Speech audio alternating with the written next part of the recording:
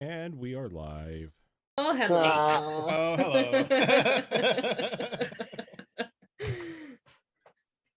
And even when I'm a player, I'm not privy to the funny conversations. This wasn't anything inappropriate either. I don't believe you. We were just talking about past characters. Yeah, and Asthea possibly getting turned into a throw rug at some point in her future. Yeah. It was the likely outcome. Yeah, it's probably best that game ended before we saw her inevitable conclusion.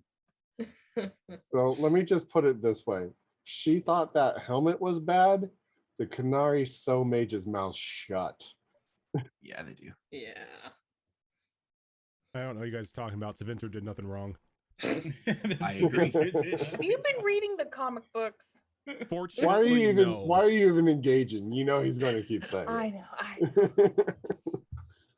Are There's you a lot sure of there's shit going books down in been the comic written books. on what Tevinter has done wrong? Well, because You the can't- next game is about Tevinter, You can't so expect the me comics not are to be setting it up for it. You cannot expect me not to be a Tevinter blood mage when that game comes out. I don't know. Well, I guess we'll find out. We don't know much details, gameplay, but yeah. I mean, I feel like if they don't allow it, it says, It'd be Get dumb. us. Cowards. Pretty much, yeah. I Cowards. I was pissed that you weren't allowed to be a blood mage in Inquisition. Yep. I me know. too. How can you that's like the most awesome thing, because there's a whole city where if anyone sees you casting blood magic, shit's gonna go crazy. The thing is though, what I was more upset about was in 2, they got rid of most of the I called it the Jedi abilities for a mage, where you could do like a bunch of gravitational stuff. They kept Yeah. some of that in there, but some of the really cool kick-ass abilities, they're just like, meh. It's I was like, oh, the I only want to be a time force mage. the only time we actually got to use any of like the force powers as a mage is when we had to open up walls or close doors or something like that in the ruins and everything. build the bridge. Yeah, build the bridge. Which was still fun. That not I as think was the biggest complaint that I had about too. I really liked the shift in gameplay and mechanics and stuff. I thought it was a really interesting choice, but it just felt like it was missing so much of the magic stuff. You're talking about 3. 2. Oh, 2, they added a fuck ton more magic stuff. Yeah, but it wasn't. It wasn't the stuff you wanted. But they did take Yeah. out the knight, the enchanter, whatever, what was the other one? It was like the elven one too. You were like some sort of arcane something. It was just something that they did with the magic made it feel like it lacked the substance that the magic had in the first one. I just hope that the new game, when it comes out, mages are pretty much just given rocket launchers and you can just have fun. And the setting of Tevinter kind of opens it up for blood magic. So if it's not there, then we're getting a little disappointed. Blood magic and all the other, twisted crap that they get into. Yeah. Like this should be an area where just magic is just flying off the rails left and right. Dude. Can you imagine if Demon Summoner was a thing? Should be. That'd be kind of cool. Speaking of magic flying off the rails, Uh-huh. We are tame, sir. We are tame, controlled professionals. Oh yeah. Rest of the world isn't. yeah. And also, you are not tame, controlled professionals. Excuse What are me. you talking about? Excuse me. Forge is nothing but professional. You, sir, didn't even pay attention to during your watch. So Look, I had a lot of emotions, okay? That is true. that is indeed true. But before you got those emotions, we picked up last Tried to eat session. you. Did.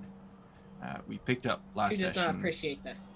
amid a tense face-off between all of you and a menagerie of corrupted creatures, the largest of which still had Forge in its grip, readying to rip his arm off from his body at the first opportunity. An opportunity that was made more difficult by Forge's use of Enlarge on himself, and thwarted by a barrage of damage from his allies to fell the creature before it could act. The biggest threat dealt with, it was a fairly trivial matter for you to mop up the remaining foes. And after surveying the area and healing up, you were able to pinpoint your location and briefly discussed a place that you identified as the Weeping Woods to the south. Then you all set off towards your goal, the northern town of Moordale. Though the terrain and weather did little to obstruct your path, the frigid temperatures of the region quickly took a toll on several of you. During your travel, you also picked up the scent of rot and identified a frozen corpse near the path ahead of you. Opting not to put yourselves in unnecessary danger, you gave the body a wide berth and proceeded onwards. By the 4th hour of travel, the environment proved to be a greater danger than expected, and you decided to set up a dome of protection and bed down for the evening before your exhaustion reached dangerous levels. But the night wasn't quite over, and much to Durden's dismay, Forge was offered the opportunity to feel the world around him via the polymorphed body of an animal. And after a very brief moment as a white hare, he was turned into a giant frog and immediately did what you would expect a giant frog to do. He tried to eat the little kobold shoe. Durden was, perhaps thankfully, able to dispel the polymorph before that could happen, sending Shu crashing into Forge and sending Forge into a fit of laughter. An emotion that would prove to be quite the distraction to him during his watch soon after. And to make up for his inattentiveness, he let his companions sleep and decided to take a second watch, which normally I wouldn't permit, 1 watch per person per night type of thing, but I'd make the argument that he didn't really take a watch the first time around. It was actually during this second watch that Durden found himself in a place he likely wished he'd never be in again. Seeing the world through the eyes of Eugene. This time, he appeared to be in a cozy family home, sitting down and reading a curious book as a little girl played with her toys on a rug near the fireplace. When the reading was interrupted by a woman's voice, Eugene waved his hand across the book, making it disappear in a wisp of black smoke, and took the little girl by her hand, promising to read her a story before she goes to bed. And as we pick up here today, Saria, you were just on the edge of waking up, having completed the 4 hours of sleep you require, when you're suddenly jolted from that half-awake state by the sound of gasping and coughing. Looking over, you see Durden in much the same state he was just after being teleported.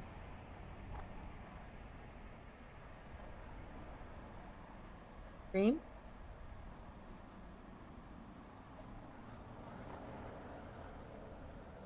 You're muted. Yes, I am. Making a con check to see if I actually keep my dinner down. Well, you look as bad as you did earlier. Let's see. Plus 6, 12. Your choice, sir. You can't exactly leave the dome to throw up since it's your dome, so if you gotta do it, everyone's gotta deal with it. Yep.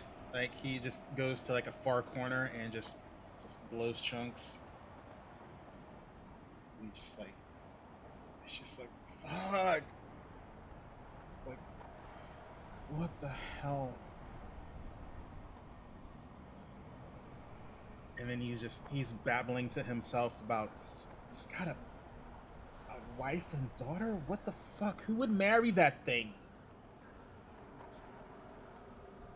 We start off by asking, what did you dream about? I was in his fucking head again. Eugene's?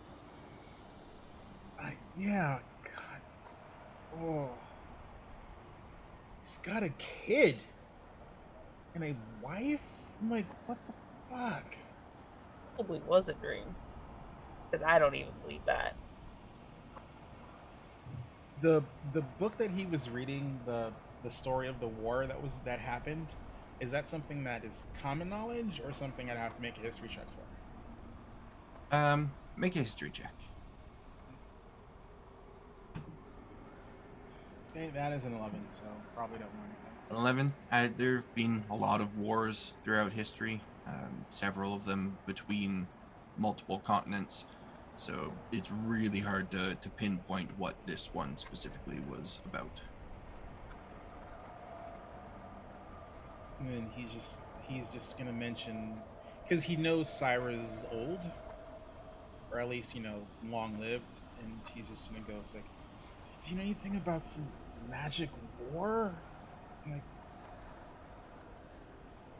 Do I? Give me a history check. My history, not terrible. mine's terrible. I mean, it's, well, Oh, I'll take that though. 22. 22. You know of some major wars that have happened, and you know of several stories, legends, fairy tales of like global wars that have taken place, but nobody that was around at that time is alive today to confirm whether it's real or if it's just fairy tales. So it's possible, but almost impossible to confirm. Yeah, I mean, I don't know if they're true or not. And it feels like it's so long ago that even if it was or a tall tale, no one would really be alive to really confirm that. So at this point, it's more of just a story. But he was researching it. Can I make an Arcana check to see if the book, I want to know if the book he used is possibly like some type of magic tome, or he possibly used a spell to disapparate it? Yeah, you can absolutely give me an Arcana check, and you can do it at advantage. Yeah. Oh, thank goodness. Because that other die was an 8, so fuck that. 22. 22? Okay, so you don't know if the tome itself was magic or contained magic, but the way that he seemed to disapparate the book, just on a whim, reminds you a lot of how certain types of warlocks are able to manifest and dismiss weapons and such. So he's gonna just go like, does he have a fucking patron? Like, what fucking thing crawled up from the bowels of hell to give that fucking thing a pact? well, you and your friend mentioned earlier that he came back and he was different, so I guess it's not too terribly far-fetched to think that maybe he made a pact with something, but I mean, he is a big enough asshole. I wouldn't put it past him. Are patrons known for bringing people back from the dead to serve them? You're useful enough. If you have the potential to be something more than what you are with their help, then yeah, it's not out of the realm of possibility. Not just gods have the power to bring people back to life under their service. Just believe me, I know from firsthand.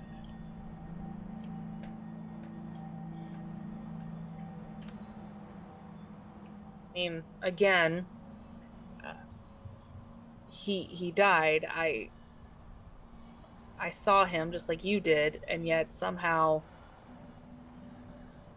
he's back. Somehow. He should not have survived that fall. Like I Which said, means he has power that he didn't have before. Yeah, that's why I'm saying it would probably make sense if that was the case.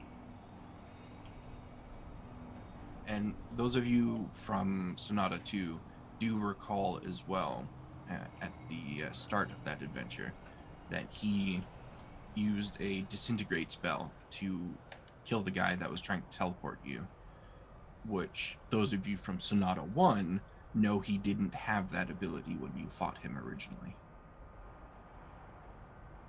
You could say he was a pushover. You're not allowed to sleep in the dome anymore. Damn it.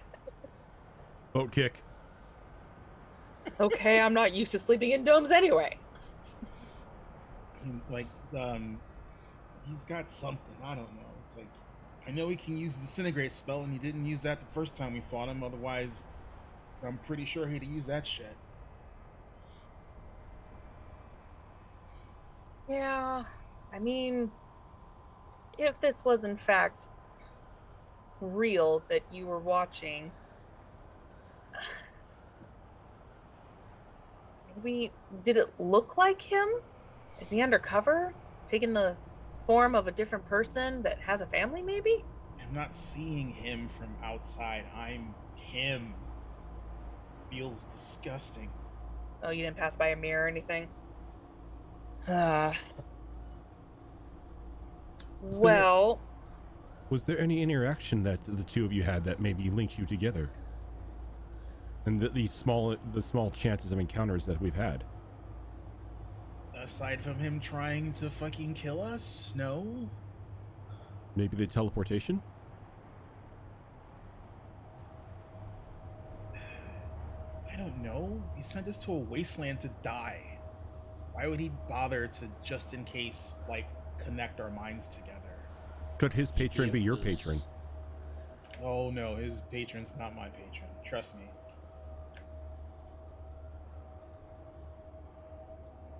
well, I don't know much about you, but if you don't mind me asking, is your patron,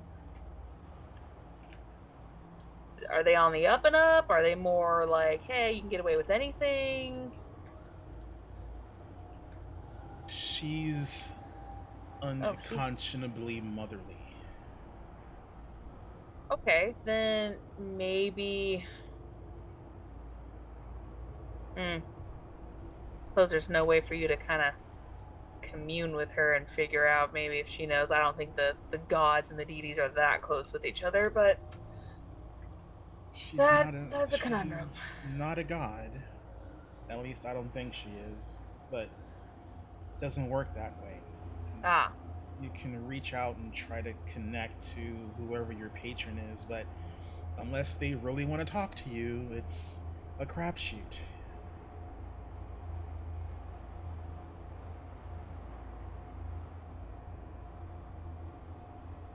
Yeah.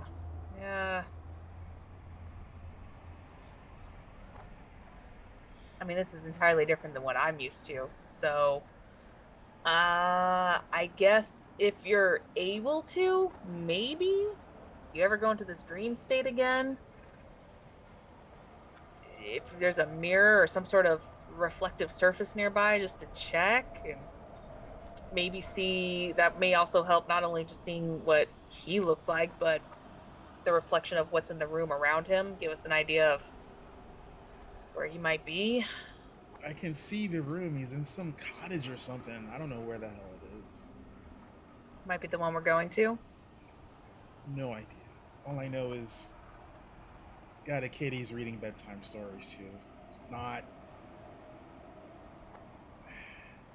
I didn't feel as disgusting as I did. I would think, yes, it's a dream, but I don't know what weird bullshit he's up to, but it's obviously no good. I have very little experience with magics, but have you tried controlling his body when you're looking through his eyes? Even if I could, that's not my thing. Yes, he's an asshole. Yes, he tried to kill me. I have no desire to take over his body, especially his body. It might benefit us about location at least, but if you're not feeling it, you're not feeling it.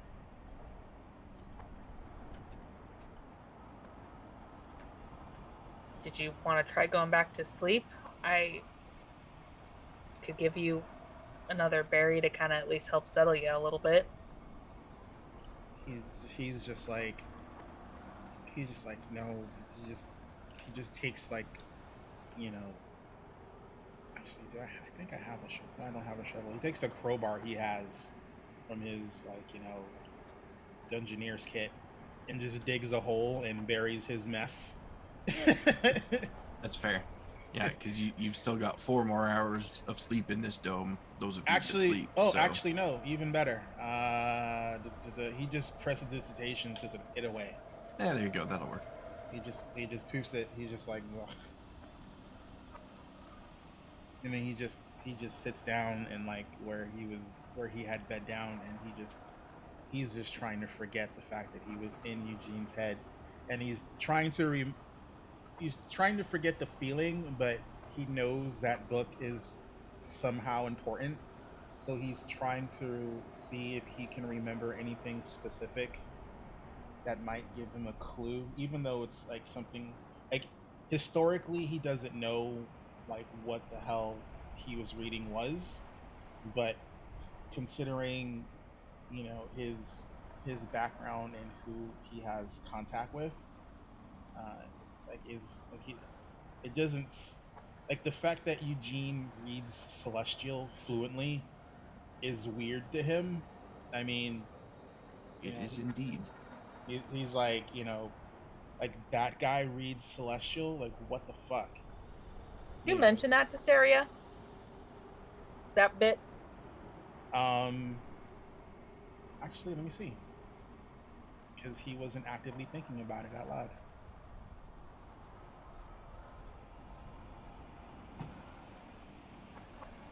Nope, he didn't mention it.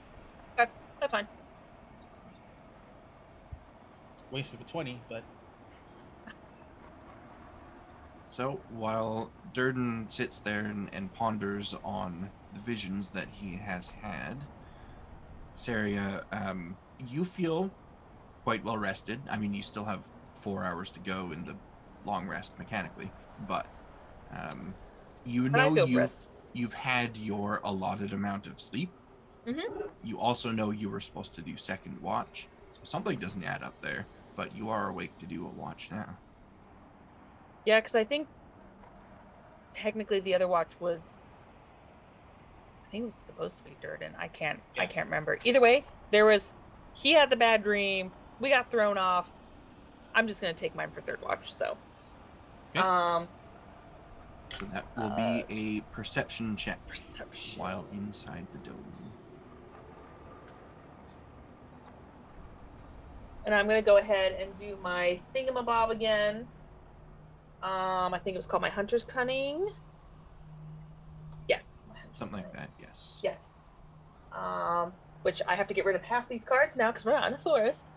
I was so clever to prepare them all. Okay, perfect. So I just get advantage. And then percentiles too, or just perception? Just perception. Oh, thank God. Okay. Because that was a 2 on the other die. What is my perception? A lot. Okay. 27. 27. Mm-hmm. That is a high number. It is. The other die was a low number, so thank God for that. Yeah, the other one was a 22 total instead of a 27. No, the other one I actually rolled a 2, so it would have been an 11. Okay. As you sit there inside of the dome, being fairly attentive, looking out, you notice that a very light snow begins to fall. It's not heavy. You don't think it's going to get to the point that it's going to be a problem for you guys the following day, but it has begun to snow, and as the snow falls, you spot about 40 feet outside of the closest edge of the dome to you a little, looks almost like a crystal of some sort, a pale blue crystal sticking partway out of the ground. And as the snow falls, instead of landing on this crystal, it's kind of repelled around it slightly.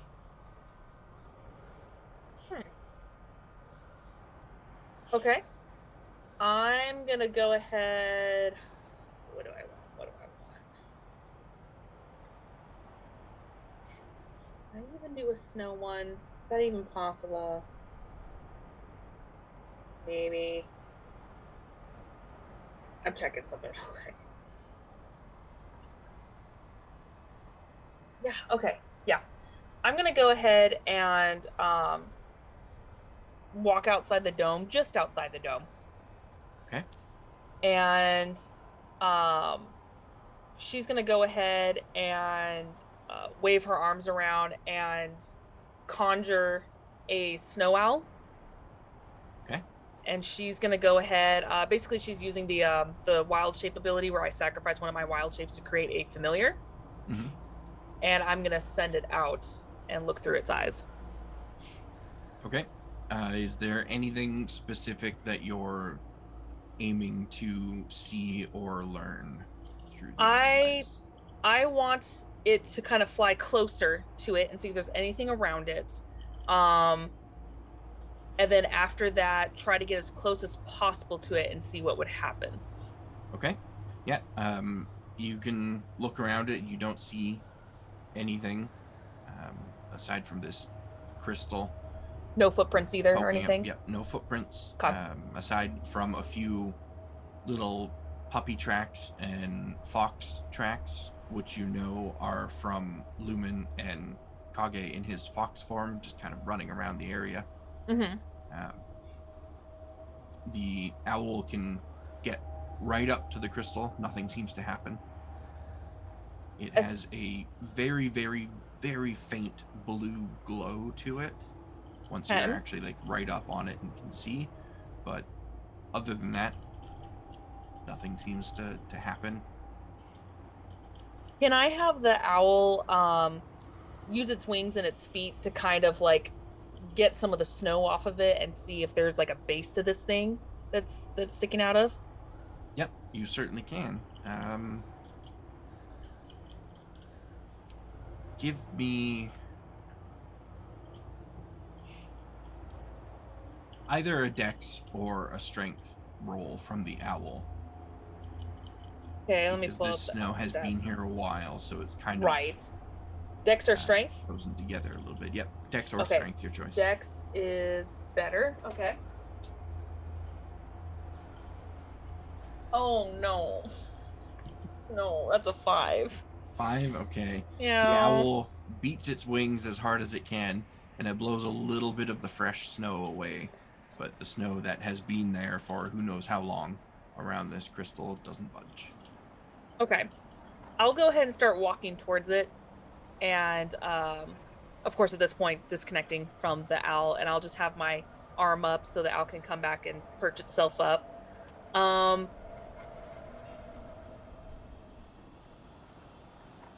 want to go ahead and I want to touch it. I really do want to touch it. But I want to do some sort of check, maybe an arcane check or something, to see if I can discern what this is specifically or if it's giving off any magic aura. Okay. Yeah, you can give me an Arcana check. Okay.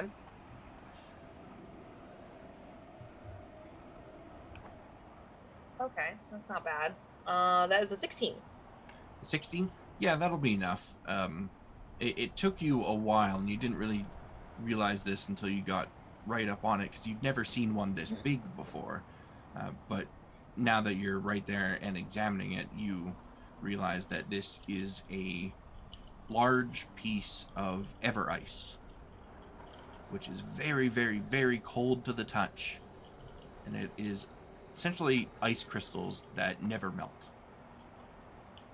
Do I know if it's used for anything in particular? It can be used for any number of things. Arcanists often use it for creating ice boxes and basically refrigeration storage containers.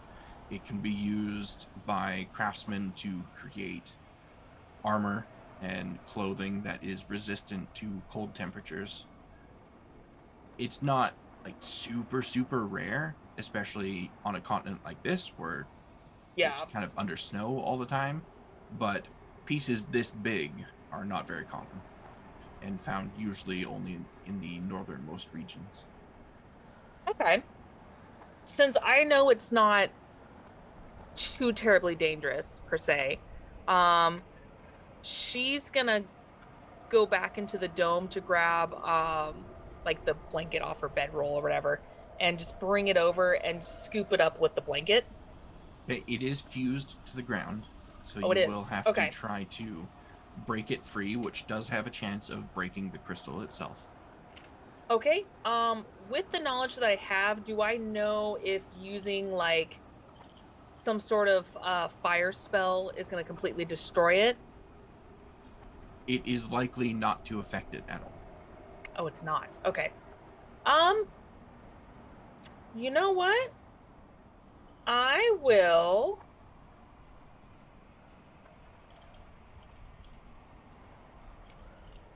take a chance. And I'm going to go ahead. I'm going to try to pull it. Okay. So this will be a strength check. Okay. And the DC is quite high because you're not using tools or anything to remove it safely. I was thinking like, oh, can I use a spell or anything? Let me see, actually. I think I might have something. Oh, I actually have a blanket in my adventuring gear. That's good to know.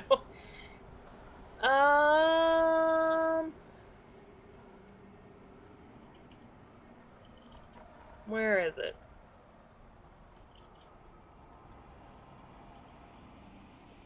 No. Oh, I didn't even think of this. Could I use my rod to kind of tap on it and loosen it up to get it to pull it off? You can certainly try. Okay. The DC will be slightly lower than just trying to wrench it out of the ground, but still not as low as it would be if you had a set of like specialized mining tools or something of that sort. Oh my god, I'm so dumb. Is anyone else awake? Is Forge awake? Forge is in standby mode, and Durden is awake, and Kage is awake, but he's running around with Lumen somewhere. Okay. I'll go ahead and I'll whistle. It's a low whistle, but it's loud enough for like the pitch for an animal to hear. To try to get their attention. Like, Kage. Trot over. Hey, you wouldn't happen to have any tools or anything like a hammer or a pick or something like that? I want to get this out, but it's a bit fragile. Need some special tools that I lack. I will pop back into human form real quick.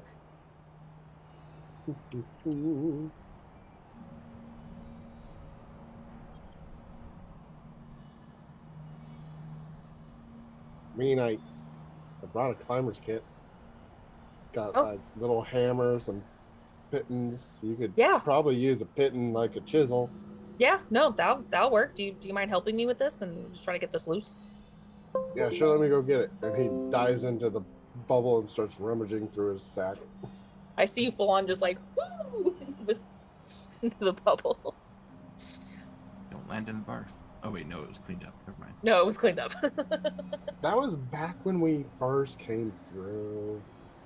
No, he barfed since then. Oh. Yeah. Yeah, he barfed. Constitution, dude. This is the new Durden feature.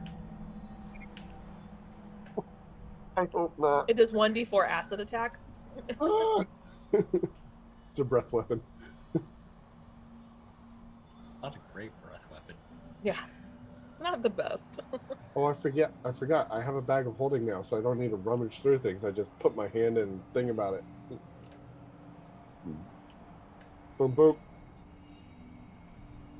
All right, let's do this. All right. I'll go Okay. ahead.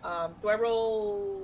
It advantage will 'cause he's helping be me? it will now be dexterity instead of strength. Okay. Because you're using tools to chisel away at it. Can I aid her? And it will be at advantage, yes. Okay. Now you're not using technically the right tools, but it is tools, so it will help. Better than what I had. So my dex now. Okay. Yeah. Oh, okay. Both rolls actually weren't even that terrible. That is a 23. A 23, yeah. Mhm. With the help and the tools and a bit of time and a bit of patience, you are able to chisel away at the base of this ice crystal and free it from the ground. And it's about the size of a rugby ball, so a little bit bigger than a football. Like rugby. I don't have that rugby. There we go. Jeez, that's a big crystal. Yeah. I was like, I know what a football is. What are you planning on doing with that? Well, I know that a lot more advanced arcane users could get some use out of it, so I was gonna give it to little Antia and see if she can do something and may benefit us. Oh, that's cool. She could probably do something. Yeah, I think she'd get a better use than me out of this, but it's really cold, so we may have to keep it in the blanket. Just because. You can always put it in my bag if you need to, but if Antia wants it, she. Well, I mean, I was probably just gonna has put what it in she my bag if that's the Oh, case, yeah. but I mean, unless your bag's bigger, I don't see the difference. But yeah. It's a bag of holding. Oh, okay, yeah, no, that may be way better because then when you go to grab it, it's already wrapped. But we'll see what she says first in the morning. But yeah. Well, thank you. I appreciate it. You don't need me anymore? Well, I mean, you make it sound so negative. I just don't need you No, with this anymore. You don't need me anymore, right? Oh no! If you want to go back to playing with Lumen, you can. She'll smile and she'll walk back into the dome, set it in her bag for now, and just continue watching. As soon as you step into the dome, into the comfortable environment of it, you see a gentle mist kind of roll off of this crystal, just denoting that it is frigid. Which is always fun to watch. It really is. You watch it dry ice and all that, Yep. You're like, so yeah. Aside from that, the rest of your watch goes by quietly. Okay. Very quietly. The falling snow kind of mutes any rustling from the trees with the gentle wind that's blowing through. But nothing else of note happens. At the end of your watch, you notice that Antia kind of stirs and wakes up after her 6 hours of sleep and stretches and steps outside of the dome. And she just kind of wanders around a little bit before shape-shifting into a white wolf and chasing down Lumen and running around with him for a little bit, and Kage as well, since I assume Kage is still there. Before she wakes up, Completely still there. Perseus, because again we all got a little out of whack, but she did remember Perseus volunteered to do a watch at one point. She's gonna quickly step outside the dome, and she's gonna let out a very unnatural howl. It sounds just like she's channeling a wolf, and this just wolf howl just comes out, and Kage would have probably. Well, would Kage know this one? When I'm in canine form, I can speak to other canines. That is true. Hold on. I think I know what you're doing. Yep. I'm just doing this for flavor, to be completely honest. I was waiting for the opportunity to do that as Kyo, but it never came up. Really? What she's doing is starting a howl. Here we go. You're gonna start a howl. Could be heard from 300 feet away. All dogs and wolves in the area, as well as any specific creature that you choose, that you name when casting it. Okay, so yeah, it's all the canines basically in the area. So she's gonna let out a howl, and the three of you hear weirdly in Saria's voice saying, "Little Antia, I found you a gift during my watch. When you're done playing, come see me." And about a half second after that howl ceases, Kage, you would see Antia stop in her tracks and then let out a wolf howl. Not saying anything in response, but a howl always deserves another howl in response. The And comforting confirmation that she received it. a few seconds after that, you hear another howl hundreds of feet away. Yep. Just some random wolf, most likely, that Yep. heard the howl and wanted to join in. Yep, and that's fine. She's happy that she heard an extra howl. She was like, "Woo!" So she gets happy, satisfied, and goes back in and goes and wakes up Perseus. I will try to do a howl, but it will be nowhere near as awesome as a No, I've wolf heard howl. foxes try to howl before. It is not No. pleasant. It's not, It's the not- poor little things. They It's should. not great. Yeah. Don't they just It makes me scream? sad. They Pretty sound much. like women being slaughtered. It's horrible. yeah. Yeah. It's really Yeah, it's really bad. I think scream's an apt description of it. I I'll probably always have a more get proper howl than a fox. I probably get a weird look from Antia and Lumen, and I just shudder and You're like, that's embarrassing. I'm gonna go back here.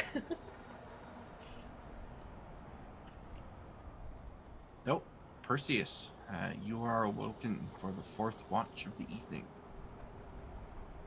At this point, we're basically playing with sunrise, aren't we? Not quite. When you stopped to take your long rest, the sun was still on the horizon. So it wasn't quite night yet, but you opted to stop so you didn't have to deal with any more exhaustion. So the sun is likely going to rise after you guys have started on your journey again for the day. Yep. Then Perseus will take up a comfortable spot near the edge of the dome and start his watch. Okay, so that will be a perception check, please.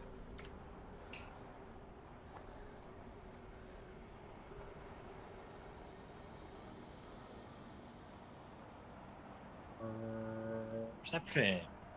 That's 15. 15? Okay. Yeah, your watch, much like the other watches of the evening, goes by fairly quietly. A little over an hour into your watch, you happen to notice a white wolf wander over to the dome and then shapeshift into Antia. And she sets up a little fire and looks like she's beginning to cook a meal, perhaps breakfast. And that's Does it really look like breakfast for multiple people or breakfast for one person? It looks like breakfast for multiple people. Okay. 7 to 9 people, you would guess. That's probably a really good thing. But aside from that, nothing else of note happens on your watch. The snow continues to fall. The wind picks up a little bit more. Is the dome partially submerged yet? Yes, there is a little bit of a snowdrift starting to pile up on one side of the dome. So you know that once it drops, that snow's likely to just collapse onto whoever's on that side. Which is Shu. Shu is laying on that side. And I want to see Shu fight the snow. At the end of your watch, those that were still asleep or in standby mode now awaken. Everyone has completed their long rest, so you can restore your abilities and hit points and all that fun stuff. And as you all awaken, you smell fresh bacon, and fresh eggs, and potatoes, and what appears to be a very large, well-prepared breakfast awaiting all of you just outside of the dome. And Perseus is going to creep up uncomfortably close. as you look over at the breakfast, you do see Antia sitting there on a chair made of snow once again, facing the dome, just one leg crossed over the other, watching and waiting for everyone to get up. I think the smell of food would wake you up real fast. Now, important question. Durden, did you do an 8-hour dome or a 16-hour dome? Didn't even know there's a difference. No one said we were gonna like stay longer than 8 hours, so he just did the 8-hour dome. Okay, so Shu, right when you wake up, you let out a big yawn to greet the day, and then the dome disappears and a bunch of snow just falls right on top of you.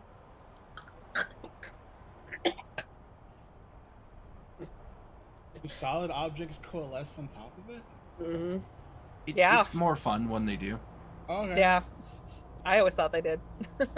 I mean, I'm never they did. I'm never gonna place like a pile of rocks or a boulder or something on top of a dome, but a bit of a snowdrift, yeah, that's fun. Okay. Why not? Because I never thought, because you can cast it quickly, and I just never thought of like, you know, oh, like if there was a rock slide, I'll tiny hut, because I'm like, I don't think that it doesn't seem like it has enough substance to keep anything heavy from like falling. Go ahead. I have an important question then. So if you poured water over the top of the dome, well, no, in so this temperature, Go around. well, no. See, the thing is, it says the inside of the dome remains comfortable. Yes. So Yeah, so, the inside. you know, so like anything that's like, you know, like crazy hazardous, well, not hazardous, but I mean, you know, normal outside effects can't get past the dome. Anything that's going to prevent it from being a comfortable space. The perfect example was used, and it could have been a homebrew for all we know, but he based it off the description. In Critical Role Campaign 2, they used the dome to protect themselves while they were going up against a white dragon. The white dragon, full blown, and it was an adult white dragon. Yeah, so full blown clamped onto it and couldn't break it. The reason why that happened is because the dome does prevent other creatures from going into it. Yes, but that's how powerful, that's how strong it is. I mean, someone could just do, boom, Dispel Magic, it's gone, but that's how powerful it is. We tested that No Way Out. Yeah, we did. Yeah. Yeah. That's right, we did. Yeah. I've never run into a situation where one of my players has used it to try and save themselves from like a rock slide or anything, so I don't have a ruling for it, but I'll make one if that situation ever comes up.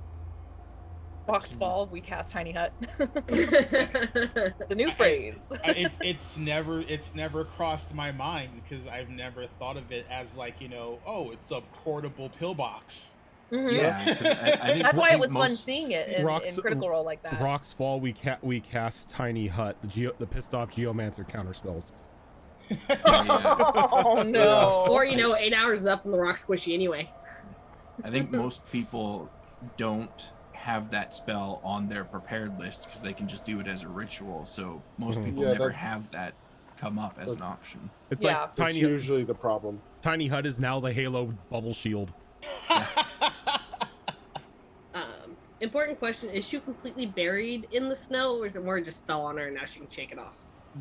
Your nose and tail are sticking up out of the lump of snow that has fallen on top of you. That's adorable. And I would she probably assume sits there in shock for just a second before she starts wiggling her way out until it all falls off, and then she's going for the table of food. And when she gets up to the table, she'll jump up on one of the chairs, and then she'll reach for the food, and then she'll stop and she'll look over at Antia like, help I'm yourself. more curious where you found all of this stuff. I brought it with me. Well, sort of.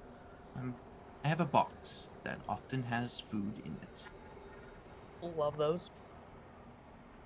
I imagine, not that it was going to be a RP heavy moment anyway, but I imagine because like 2 or 3 more hours went by since then that Antia would have come back and Sarah would have given her the crystal and said, you might have more use out of this. Yeah, certainly. Before she set up. when she came back and shifted from the wolf into her normal form and started making breakfast, that's when you could have come out and given it to her. While they're eating, Forge is going to take his maul, and he's going to use it as a focus to turn it into a spell storing item and put in Cure Wounds. Not a bad idea. Don't hit somebody with that to cure them. No, I just can now I now have 10 charges of Cure Wounds in that hammer. Yeah. Oscar That's awesome. Smack to heal. Oscar kept catapulting his. Yup. It's a great spell, but it's like to have it on a spell slot, it's like, oh, that's more useful stuff. But I mean, as a contingency plan, fuck yeah, I'll have 10 of those. So he now has that like flattened coin that has 9 remaining charges of enlarge reduce, and then he's got the Cure Wounds in the hammer. It's great because every long rest you can turn another item into a spell storing item. What level do you get that? 11. Damn. Level 11 artificer gets that. Well, snap! And good thing we leveled up. the multiple you can only do 1 per long rest until you get stronger. Yeah. Wow. So every long rest you just make another one, and it can only be first or second level spells. Still, that's still neat. Yeah. Yeah. Yeah. Mm-hmm. Yeah, I mean that's 10 charges of restoring an unconscious person. Yeah. With my hammer. Or 10 charges of level 2 catapult. Yeah. You know, for when someone wants to fuck around and find out. Yep. So as everyone that wants to partake in breakfast gets up and starts eating. Is there anything that she made that is like, you know, scrambled eggs or like a porridge? Like, there's eggs. There's a couple different ways of cooked eggs. Yeah, Durden is not looking for like a heavy meal. He doesn't think he'll be able to keep it down. Something easy on the stomach. Yep. So while we're all sitting here having our breakfast, I thought I would take this opportunity to well, I spoke with my mother last night, and she offered a different perspective on the way that I have been behaving, and perhaps I owe all of you a bit of an apology. So, I'm sorry for being so blunt with some things and combative with others. It's not my intention. This is all just very stressful. Don't like people. What's to apologize for? I can barely stand most of them myself. Yes, well, there's a difference between being antisocial and being rude, and I know that difference, but still, I chose to be a little more on the rude side, so that's my bad. I apologize. Instead of saying some sort of funny remark, I'm going to take the high road and say, thank you, little Antia. You know, the high road isn't quite as high when you say you're taking it. Oh, trust me, this is the high road compared to what I was originally going to say to you. But know, I thought I would believe spare you. I believe you. Therefore, my high road. So while we're sitting here, I thought I would perhaps give all of you the opportunity to ask some questions, if you had any. I know there's a lot about what's happening that you only really know because you've witnessed it firsthand. You don't necessarily know the causes and the specifics of all of this. So if there's any questions you have about the events or the area we're in, I'm happy to answer them. Is there a particular reason you didn't kill Eugene when he started being a problem to begin with? Well, we don't make a habit of killing our own unless we absolutely have to. Also, we are very difficult to kill. And what he did... She's not wrong there. My mother decided that exile was a better option. She's not big on killing her own children. I wish my mother was that way. Does his body count change that point of view now? I can't speak for her, but I think the Eugene that I knew, that we all knew, died a long time ago. It happened to turn him into just a little pissant. I don't know what, but Was definitely that, wasn't always that way. was that before or after we threw him off a cliff? Before. It's the whole... Remember, before that, he was randomly killing people and blaming it on his pack. So, I mean, Well, before that, he was actually part of the pack. He I was, can't yes. imagine that being thrown off a cliff did much for his disposition, though. We're just gonna have to find a bigger cliff next time. Well, that toss... Or, separate head from body. That usually works. No, we need him alive. So we just do as much damage to his skeletal structure as possible so he can't get away. I would Again, like him anything alive, that brought yes. him back from the fall on the cliff can bring him back from any of those. Perhaps. I'm not entirely sure what brought him back. I've got some ideas, but Wait, I'm confused. Why do we want him alive? I would like him alive. Why? Because he has answers that I don't have. Speaking of Why- which, Durden, why- why don't you tell her your dream? oh, you mean the nightmare? Yeah. Like, why is he researching ancient wars?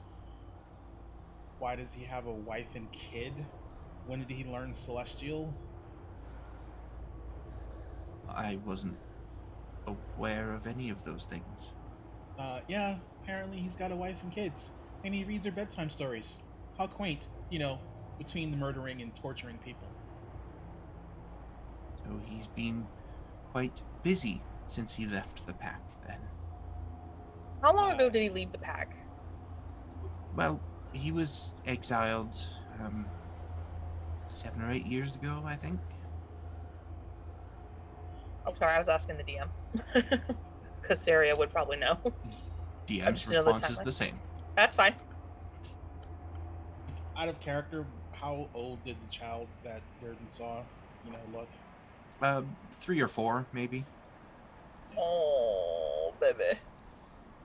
Like Durden will say, like, the child couldn't have been more than 5, 4, maybe, pushing it.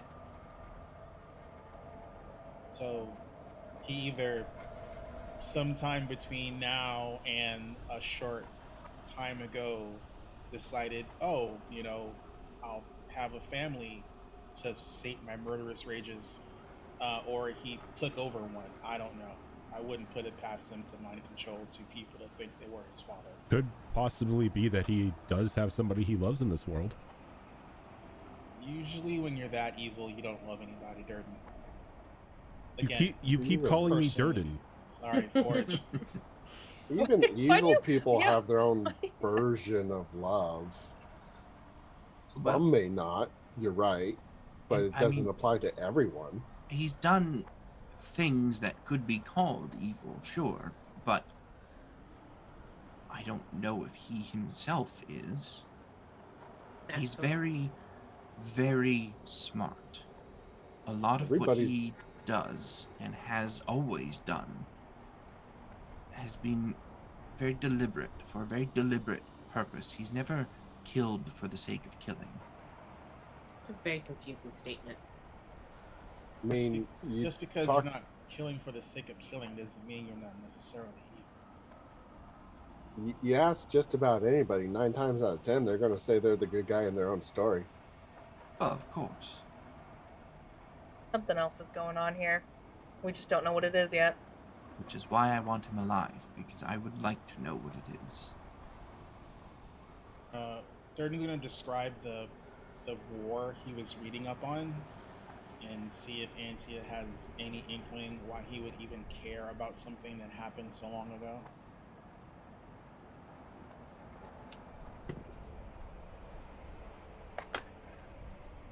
I don't know why he would be studying such a thing. It doesn't... Anything happen in that particular war or around that time? Well, I suppose that depends on which war it is exactly. There has been a couple global wars. And each one of them actually also seems to coincide with the Shadow making a return. I don't think the Shadow caused any of the wars, but rather used them as an opportunity to try to return. So what you're saying is he might be looking for a way to cause enough animosity in the world to bring the Shadow back through global chaos? Anything is possible at this point. Oh, lovely. More fun things to look out for.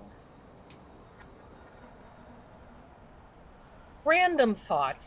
I could be entirely wrong.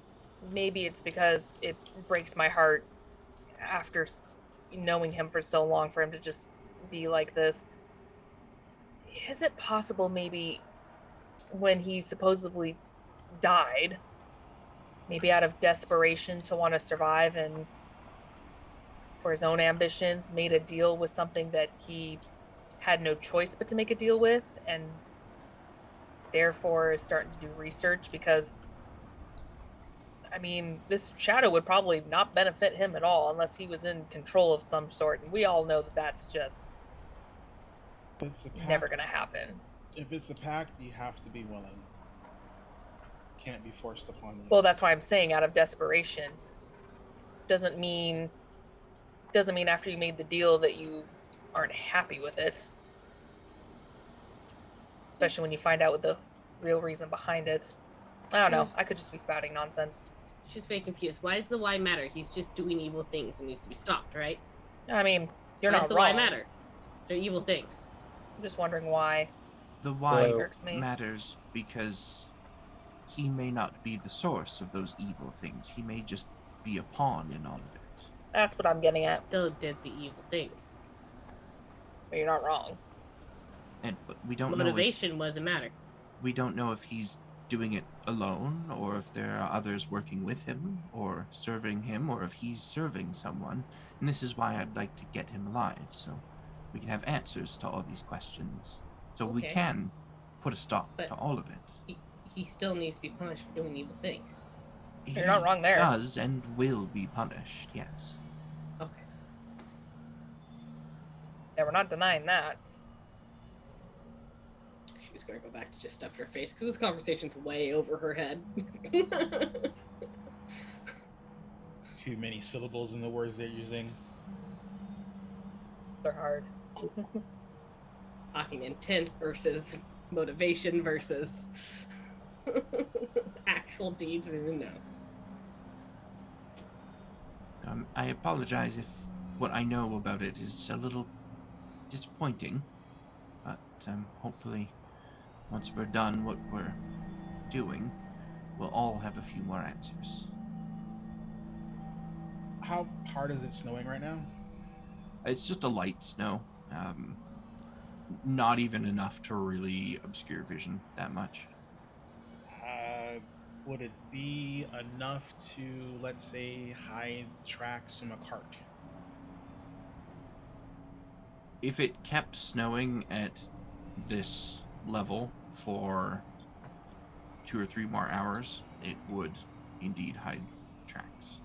Then It'd still be visible for someone that's like really trained in finding tracks, but to the average person, they'd be invisible. Then I would send my familiar up to basically just at the edge of my communication range, just focus on the road and see if it notices any tracks about. Okay. Give me a perception check for checking this immediate area for tracks. All right. Do I use hers or mine? If she is doing it on her own, then hers. If you're looking through her, then yours. Let's see. I mean, I got 1 point more than she does, so I'll do mine. It might help. You never know, it might. No, it doesn't. It's a 7. It doesn't 7? help. It doesn't look like there are any tracks in the immediate area. All right. Do you let others know that you're going to do this search, or is this just something that you do while people are talking? He would. I mean, he's not sneakily sending the owl up in the air, but I mean, he's not really, saying what he's doing. It's just, he's very hyper focused on this weird connection he has with Eugene and what he's trying to do, and it's like an itch you can't scratch, and it's really like fucking with his focus. Gotcha. So, while we all finish up, is there anything else? Any other questions about anything that anyone had? You're muted. You are muted. Yeah, so I saw you in your wolf form. Really cool, by the way. Really cool. Thank you. What do the others look like? The others. Yeah, What others? the others of your pack. I think he means your siblings. We all have our own distinct colors. Yeah, what are they? The mother's much bigger. Really? Like a lot bigger? Yes, well, you've seen Saria turn into a dire wolf, right? Yeah, also really awesome. Yes, Thanks. well, Shayna also shifts into a dire wolf. The rest of us, just wolves. Not too many things bother you in the woods when you're a dire wolf, or just a wolf in general. Yes, sorry, I should clarify. When I say shift, I mean by choice. The other shifting is different. Really? Oh, yes. Yes. Well, so, as a lycanthrope, we all have the inherent ability to shift ourselves into a regular wolf type of form. And then also, additionally, during the full moon, we shift into our werewolf form, which you don't want to see. It is just a beast. I mean, it does sound scary, but I am curious. I mean, I'm not saying shift into it. I but can't what's it look do like? it unless it's a full moon. What's it look like? Hind legs, lots of claws, snarling, drooling. Not Tends to pleasant. eat small creatures without thinking about it.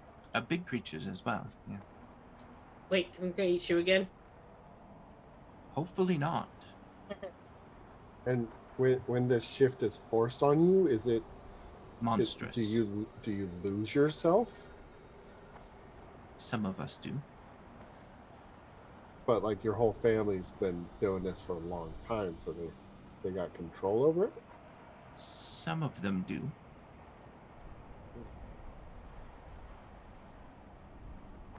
Do I know how long until the next full moon? Give me a nature check.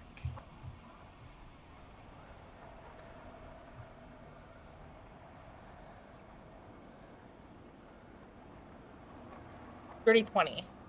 Dirty 20. consult my handy calendar. You would.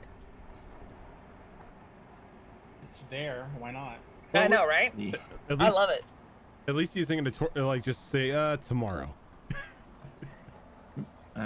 Shit. We've had one long rest, which makes today the 7th. The next full moon is on the 10th, so it is. Well, I guess technically it would be the morning of the 8th once the sun comes up. So next full moon is 2 nights away. Would I also know, especially with who my faith is, do I know if like an artificial moon would force the change as well?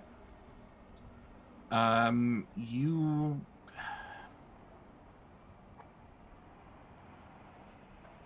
give me a religion check on that one. Oh, that's not terrible. It's not terrible. Oh, that's a 13? 13. You've never heard of an artificial moon doing that. Okay. I mean, almost anything is possible with magic, but you've never heard of it happening before. Okay. Good to know. So this whole time, Kage will try to get descriptions of what they look like in their werewolf form.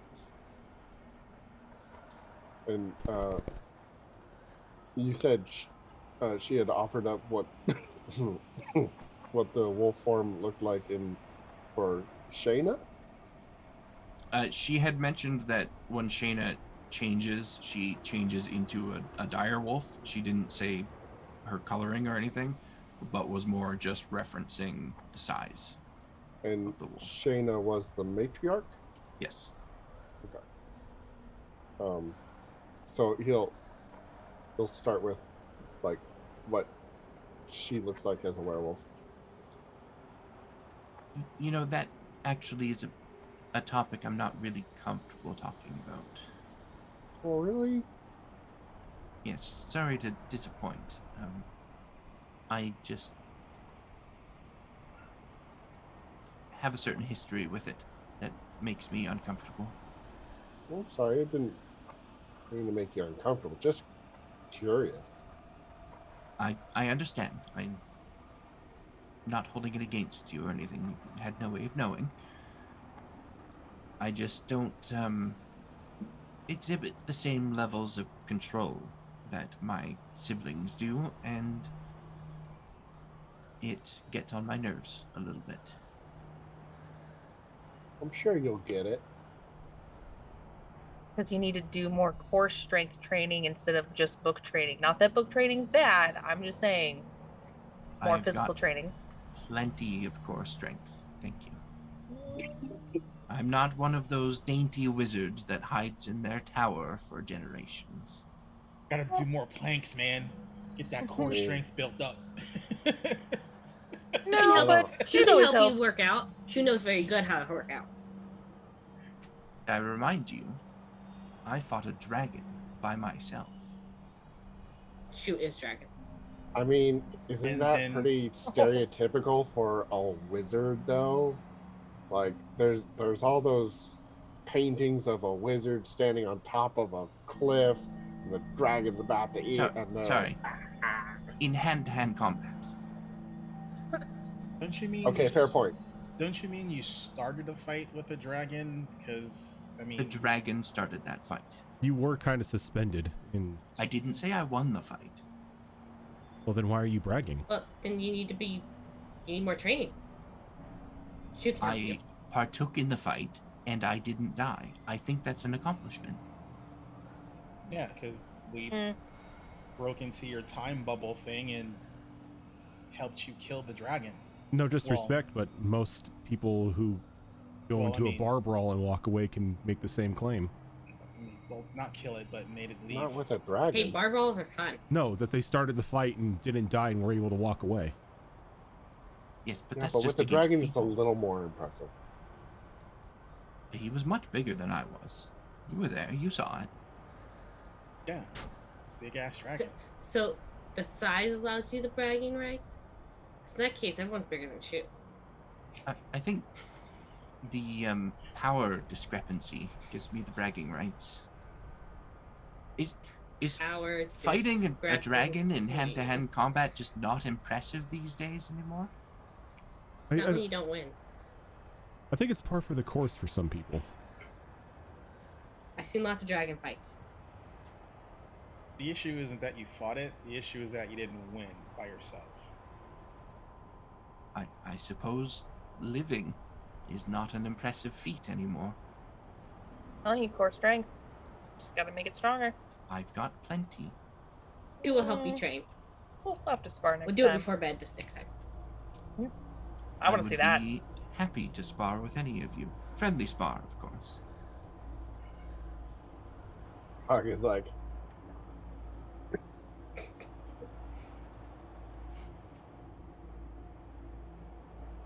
well, I guess we've got a day of travel ahead of us. Should probably wait till after all this business is done. Yes. On the bright side, I believe we are closer to our destination than I had originally thought. Good at least. Yes.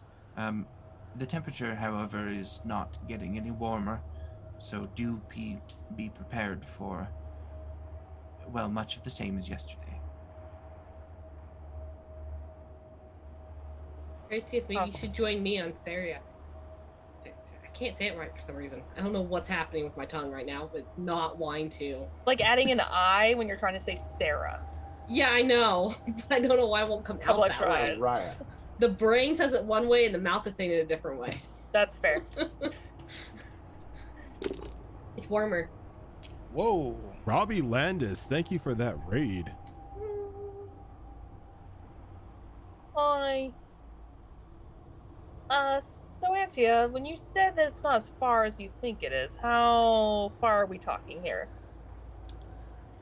Well, if we stay on track, and if there are few things that impede our travel, it's possible we can be there within a day. Raven, thank you for that really? resub. All right. Well, as promised, I did prepare that spell to help us out a little bit more. So whenever we're ready, I just gotta finish communing, and should be good to go as soon as everyone else is. All right, well, let me pack up everything here, and I'll be ready to go. The wards are already up, so no worries there. Just going to grab whatever table scraps she can find and throw it in her pockets. Do you have a food bag or anything to put that in, or are you just putting it in your pockets? She has 3 backpacks plus that extra bag she got. She only uses 1 backpack, which is stuffed. So one of the other bags have food in it. I gave you some special crystal ice. Then the bag that special bag that she got just hangs on the side of her main pack. So Perseus is going to begin everything by curling up underneath multiple blankets on the back of Forge's bag. it's fair. And actually, speaking of that, since you spent a good amount of travel in that state yesterday, and you slept in a comfortable environment, you can remove all of the weather-induced exhaustion that you got yesterday. Neat. I'm just going to start the day in this position now. What about you? Everyone that spent the time I only in the had same. one. Okay. I Just had wanted one to be so sure. went away. The DM is generous. The DM is kind. The DM will kill one of us in exchange. It's Circle of life. necessary at the moment. Let's put it that way. Going into what you're facing with several points of exhaustion is probably not a good idea. Thank you, sir. We're facing a common misguided father, right? Mhm. Not a Yeah, problem. absolutely, of course.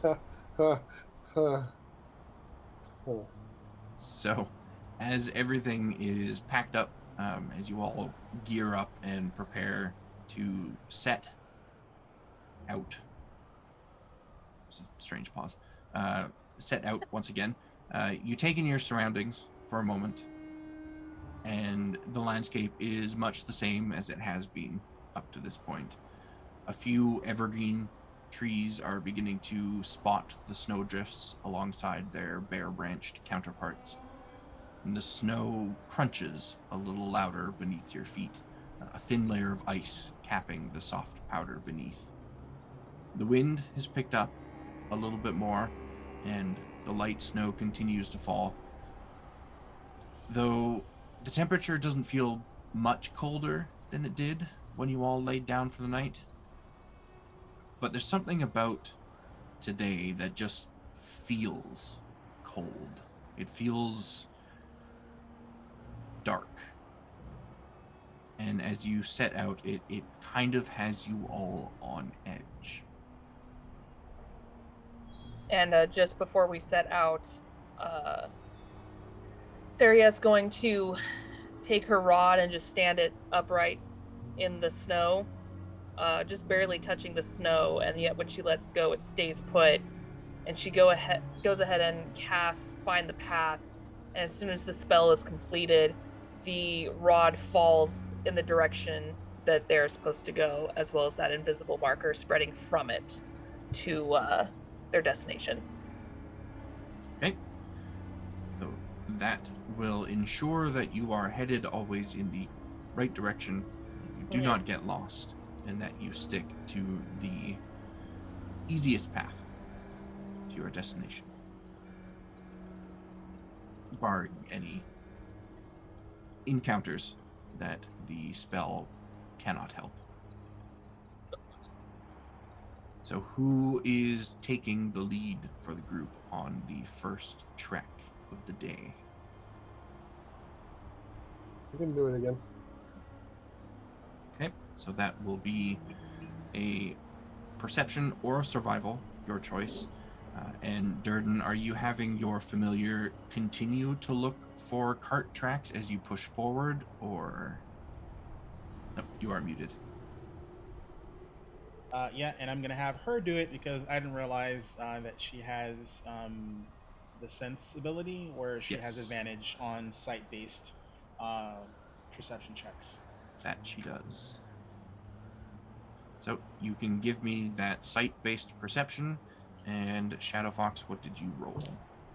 I haven't rolled yet because I'm going to first shift into fox form, and if you'll allow it, I would like my...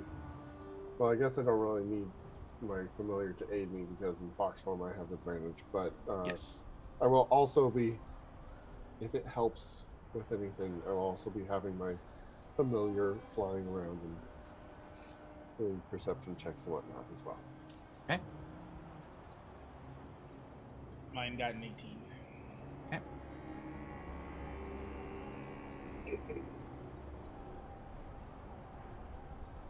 The streak continues. Dirty 20. Dirty 20, okay. The travel goes as well as it can. You're beginning to feel the tundra once again seep into your bones now that you're no longer in the comfort of the dome. You're on the road again. The falling snow and the wind certainly don't help. But it feels...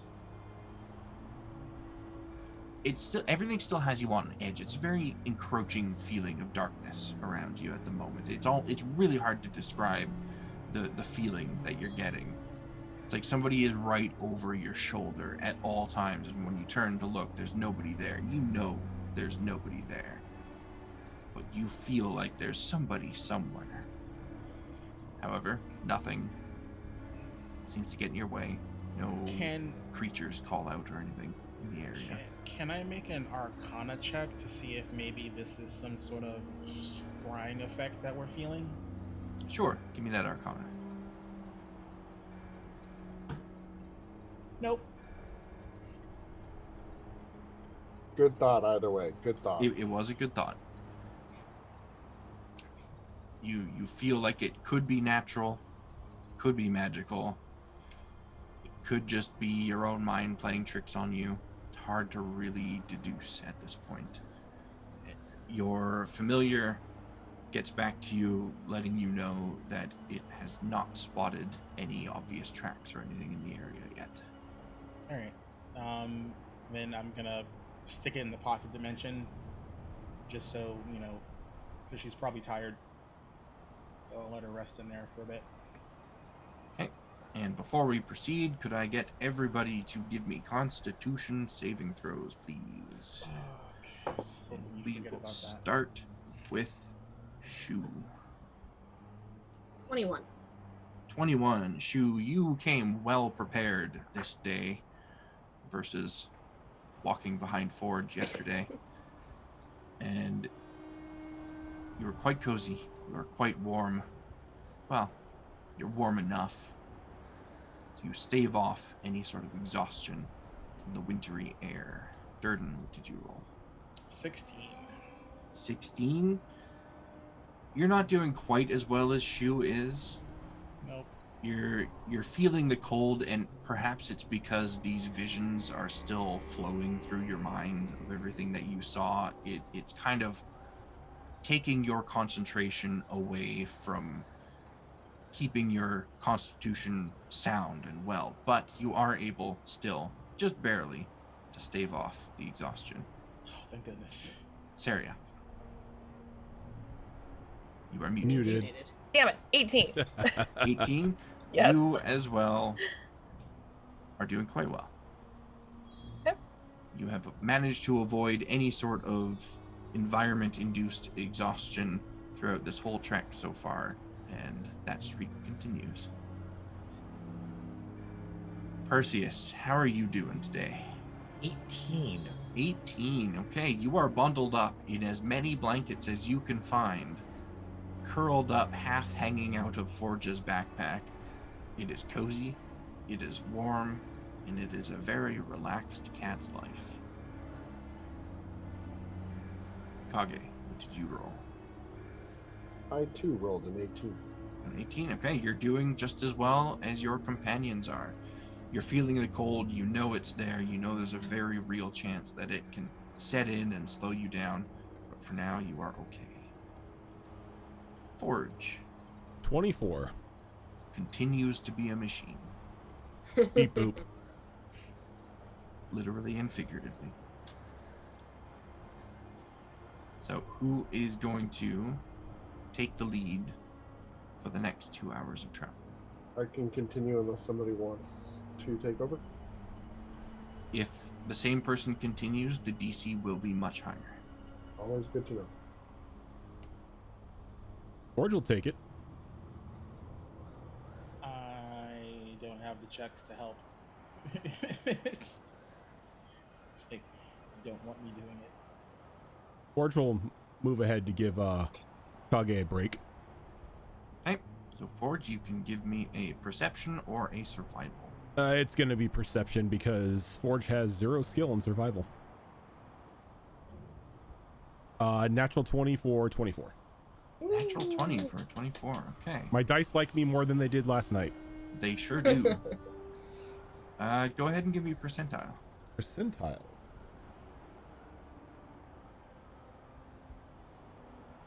That is going to be a 47. 47.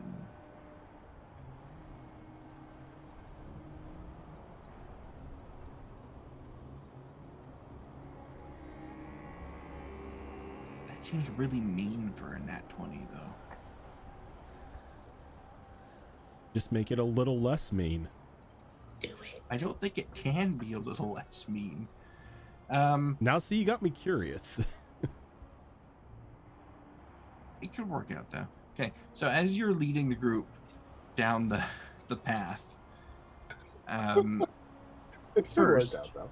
with that perception, you do notice that there are little divots in the snow on the path that you're walking.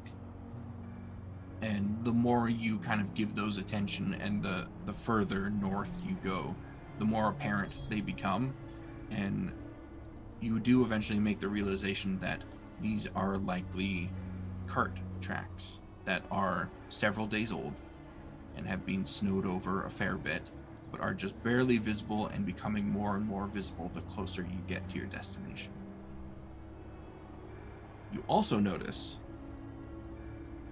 that right in the center of your path, about an hour and a half into this block of travel, there is piles of snow kind of tossed around in the area on the path ahead of you, about 100 or so feet away, that looks like there was a scuffle of some kind.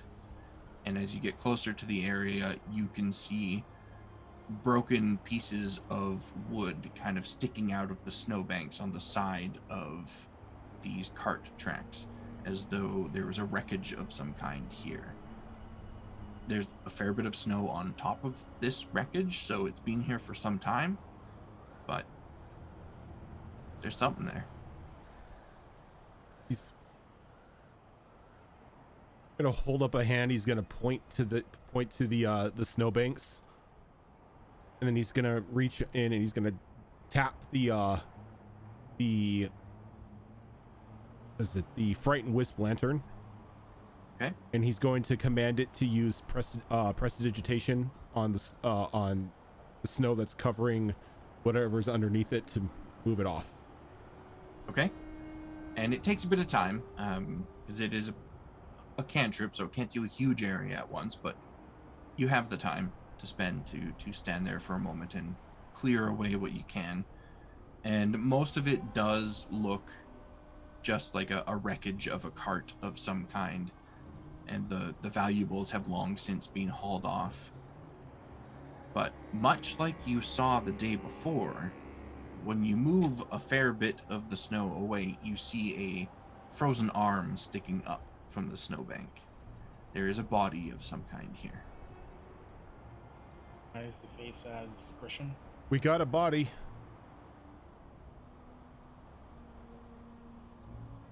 All right. Well, Like Durden gets off the horse and he goes straight for the cart, and he's looking deleteriously at the face of this dead body. The face is mostly rotted away. It's kind of a frozen skull with bits of meat and hair hanging off of it. It's been picked clean by the animals that have passed through this area. you prestidigitation on a face? Could you? Depends on what you're trying to do. Like reconstruct the skin? No, You cannot. CSI I was D&D. gonna say, like, how Mindy. crazy would that be if you could do that? Just facial Mindy. reconstruction program with prestidigitation. He is gonna was the cart holding crates or barrels? You don't know. There's only a few planks left and one wheel from the cart. The rest of it has been taken away from the area, and you only come to the assumption that it was a cart because of the wheel and the tracks in the area. There isn't actually enough of it left to say that, yeah, this was once a whole cart. He's gonna check the planks and see if there are any writing or placards from Moordale on it. Give me an investigation check. All these damn intelligence-based things.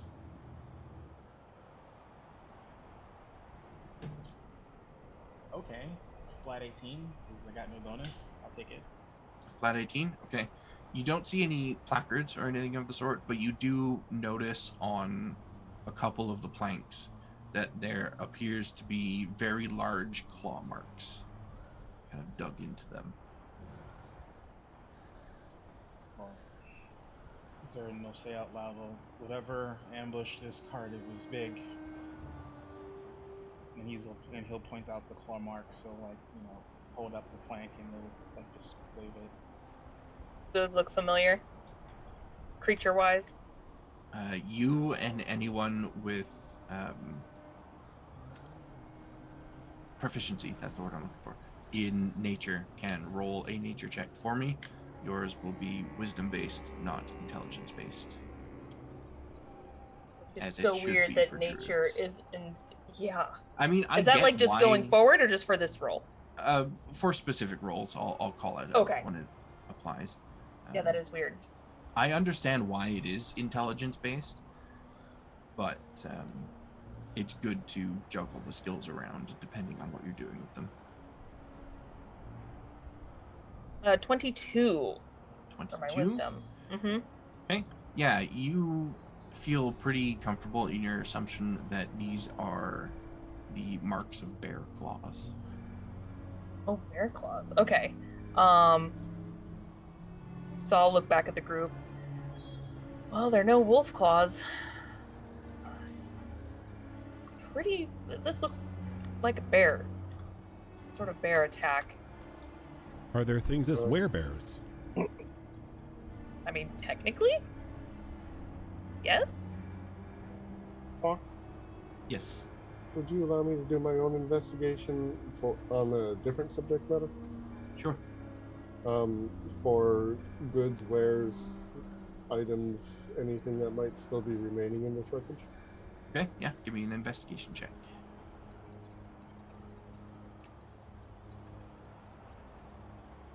23. 23, okay. You look around the area, you don't find any sort of boxes or crates or anything of the sort left. You don't even really see any items in the area.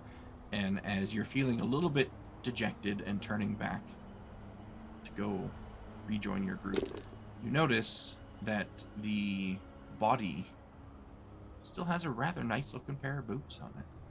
Plot points RP. Thank you for that raid. All the hearts for the Raiders. I'll take a closer look. I don't want to touch them just yet. Hey guys, we got a little bit of time. I mean, I guess we can For what? spare a little bit. This guy seems to have some pretty nice boots. I kind of wanted to do a little identify. Maybe it's best to hold off until we're camping again. I before don't doing want to that. touch them without doing the identify. Well, why don't we just drag the body with us then? Why would we? Durden just casts Mage Hand and just yanks the boots off the dead man's feet. And you try to yank the boots off, and they seem very securely fastened. Kind of pulls his legs out of the snow a little bit in a comical nature. One Fine. moment. Hold on. I think I get what Durden's going for. And he's gonna take the hammer and he's gonna just break the legs off. Okay, so you just bring your hammer down on the pelvis of this body, and it breaks the legs off at the hip. I wish I could say this is the first time this has happened in a campaign. Always helpful. So you now have a pair of boots with And a pair of legs feet. still in them. He just opens his bag of holding. Put it in here for now. Kage's standing there going, she said we'd get there before. Yeah, Durden Nightfall. just chucks them into the bag of holding with the Mage Hand. So yeah, you go to throw them into the bag of holding, and they just kind of bounce off of an invisible barrier at the mouth of the bag. Well, that's just rude. That's not Look, good. it's fine. I'll just use the spell slot and I'll cast No, identify on them. you don't understand. Only non-living things can be put in the bag of holding. Did you use I the spell? still Kage? cast identify. Okay. I think you can put them in my bag. I'm more plot what looks like a bag of holding as well. I've No. seen living things go in here before. Kage, you cast identify on these boots. And you identify them as a pair of boots of devouring. As soon as you put one of these boots on, it will latch onto your leg and begin to try and consume you. Though the bag does not have, or the boots do not have enough space within them to consume a whole person. So they will just stay there and gnaw on you until you're no longer moving. That's just Oh, that's annoying. nasty. It sounds Throw 'em what? uncomfortable. Throw 'em what? No, put them in here. No, you don't want them. Throw 'em what? He just grabs the body, like the half of the body by the legs and just throws the boots. You could throw them pretty far. Why would anybody make that's just mean? Mean. There's only like Or petty. 3 cursed items on this list, and you just rolled one of them. Nice to me, you're not supposed to be able to identify cursed items. I never said it was cursed in character. Like, the identify didn't tell you it was cursed, but you threw them away. I assume you're not going back for boots that eat you. Yeah, no. It's a cursed item. If that's what they do, I'm presuming they're cursed. I'm guessing the eating you part is not the worst part of what they do. Yeah, if you took a moment to like examine the bones around the top of the boots, you would see like teeth marks dug into them. Oh God. No, yeah. That's uncomfortable. Can we give them to a dragon? Give them to a dragon here. Don't know if they would fit Just the give him to dragon. Eugene. Yeah, just hold Eugene down and forcefully put them on him. Oh God. He won't go anywhere quickly. I mean, Durd's not opposed to that. But, I mean, just I'd allow you to try. getting him into a state where we can actually do it is the hard part. Throw him off a cliff and quickly put the boots on. Tell them their boots are feather fall. So as you discuss ways to force these boots of devouring onto Eugene, I think we are going to go ahead and take our first break of the evening. Get up, stretch our legs, refresh our drinks. We will be back in just a few moments.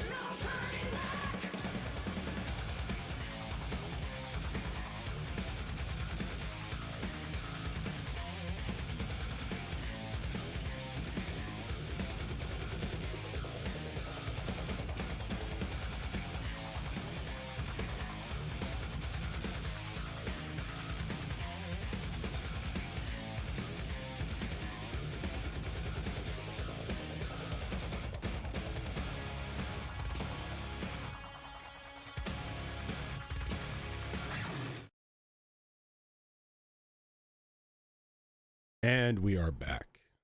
Hello. Announce Hello. what? Welcome back. You weren't reading chat. Oh no. Never mind. So as you guys toss these malicious boots off to the wayside and resume your trek forward, I need you all to make Constitution saving throws for me. Of course. But I don't want to. You can just take the point of exhaustion. I won't stop you. I really don't want to. Let's once again start with Shu. Did one better, 22. 22. You somehow are just feeling better and better as the day goes on. So this exercise. It's good for you. Does keep you warm. Until it doesn't. Jordan. My dice are actually starting to like me, which scares me. That's a 26. 26, okay, yeah. This encounter with the boots has taken your mind off of things just long enough for you to really focus your efforts into preparing yourself for the journey to come. Saria. 22. 22 should be no surprise to anyone at this point that you are trekking on forward. Like, perhaps like you have lived in the Arctic tundra your whole life. Who would have thought? What? That's not a thing. Perseus. 22. 22. Okay, you have kind of nuzzled yourself down further into the backpack on Forge's back and kind of brought the blankets up around you, so you're doing like the fat cat puffy cheeks thing when you kind of snuggle them upwards, and you're nice and cozy. Kage. That would be an 18 again. 18. You are starting to feel it more so than before, more so than yesterday as well. You are right on the brink of being slowed down, of being tired, of being short of breath in this frigid weather. But for now, you are not exhausted. The thought of boots on my feet that will eat them, that just scared me. Keeps you going. Forge. Just like a true cat, Perseus is stealing all my heat as I roll a 1 for 9. A 1. Ooh. Yeah, Forge. That's accurate. Perseus doesn't really weigh anything, but after hauling him around for most of yesterday and now most of today, you're starting to feel that weight on your back. You're starting to feel it drain that energy from you just a little bit quicker than the weather otherwise would. And you do indeed suffer from 1 point of exhaustion going forward. Total party kiss. Thank you for that raid.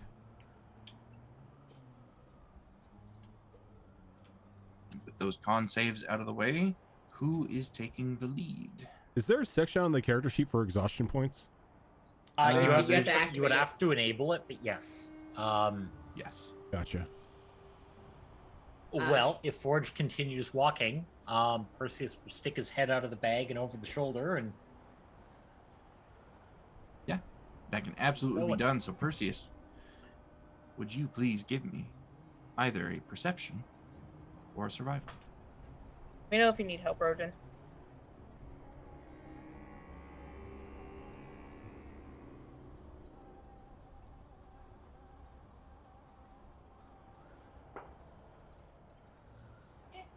middle of the road. 13 perception. 13 perception, okay.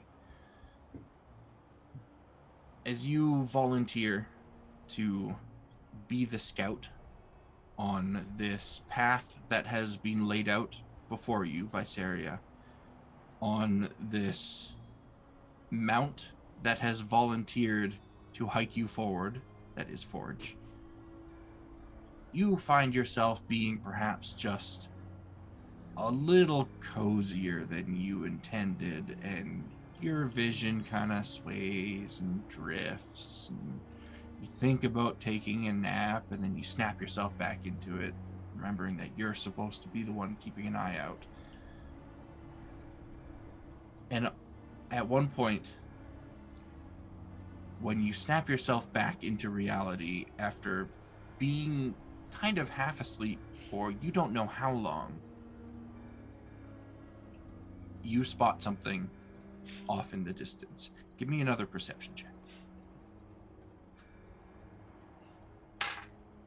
In the dice tray, please. There we go. Ugh. That is a 5. A 5, okay. You, for a 6. fraction... Sorry. No, 5. 6. Oh, 5 okay, is- 5. You would have had it, but it's a 5, so I'm afraid. Yeah. For Disappointing.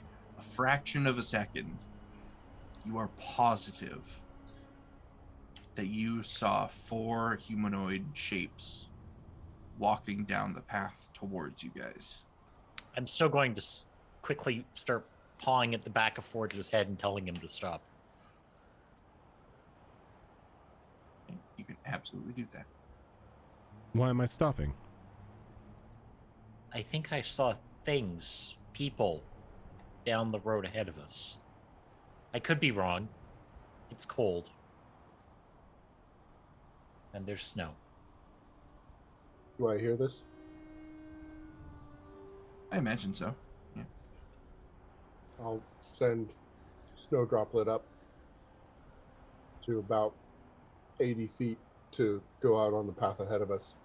As soon as you send that instruction to your familiar and look forward on the path, you yourself see 4 humanoid shapes getting closer and closer through the falling snow. I'll look at Soraya and... Did I get it wrong? It's okay. No one's saying her name right. Saria? Am I No, I not wanna get saying this it right? right. Saria? Saria. Yeah, no, Saria's Saria, right. Yeah, okay. no, it's Saria. I'll look over at Saria, who is, I'm assuming, in her wolf form still. Nope. I Oh. never turned into my wolf form this time. I can only be a wolf for 5 hours. I'm conserving it until like the last part of the day. So, poof, back into human form. Yeah, Perseus was right. I'm not going crazy. That's good. Well, Is there a spot off the trail to get some cover? I have a means to hide us. There is no immediate cover in the area, but if you have a means of hiding yourselves, you could just be like the desert spider and just lay back and then just go like this. Cover yourself up with snow. it doesn't always work out for them. Half the time their legs are still sticking out. Perseus. Through those things. Oh my god, it's terrifying. I hate I those just love me things. funny. Ow. We're just like, In my backpack there is 50 feet of rope. Can you hand it to me? Perseus flips over, tail sticking out of the bag, starts digging for the rope. That only takes a moment and you find it.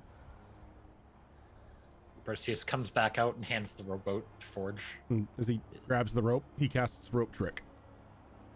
Figuring that, I was figuring that was what you were gonna do. Yep. Okay, everyone up.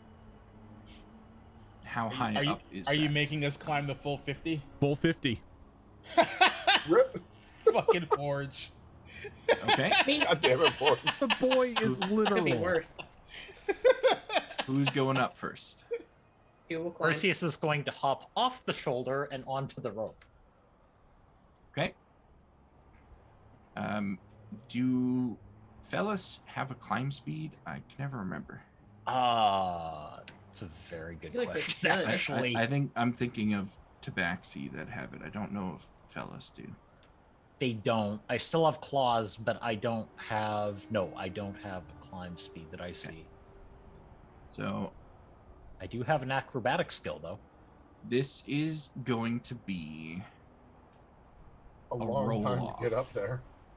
to see if you guys can get up this rope and get hidden before these creatures spot you. Or before these creatures get to you, let's say. Because if you can see their silhouettes, they can more than likely see yours as well. So, we will start with Perseus. You can give me an athletics or an acrobatics versus these creatures' dexterity.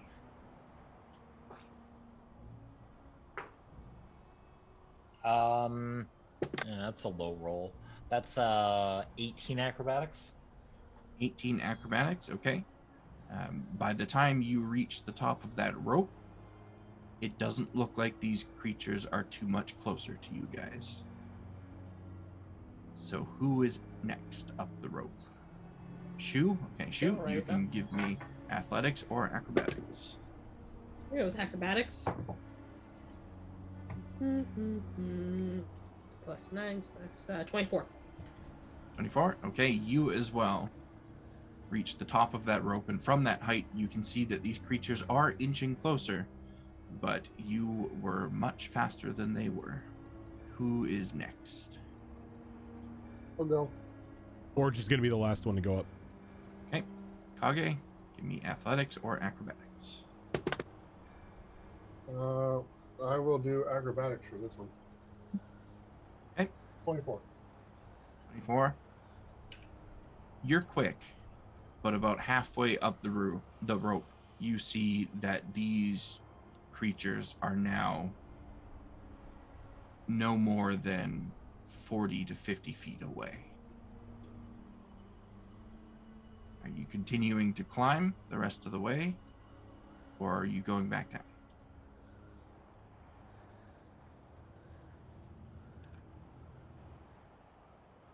You said when I was halfway up the rope? Yep. So 25 feet up. Mm.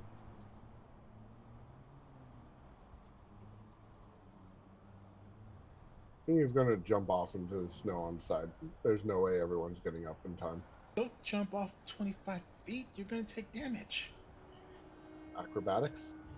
Rock?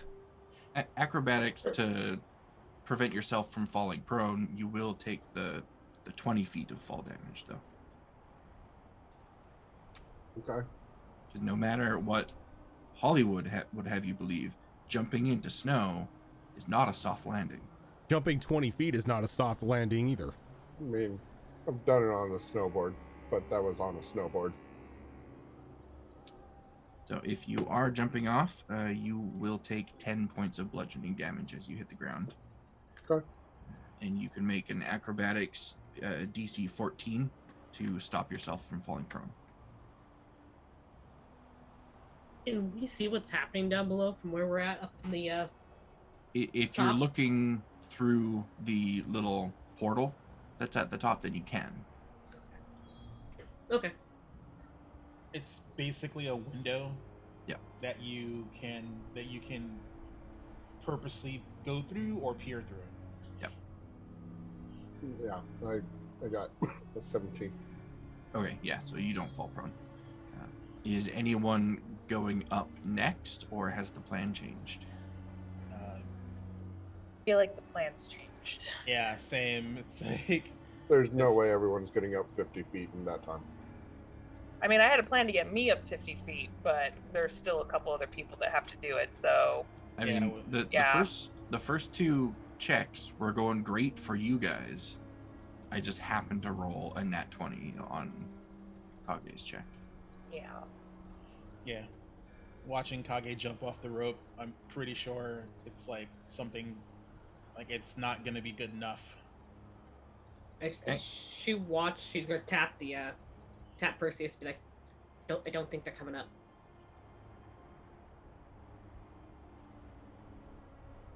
I'm going to be off the side of the path. Not trying to hide, but just also not being grouped up with everyone either. Can we see Okay. what they are yet?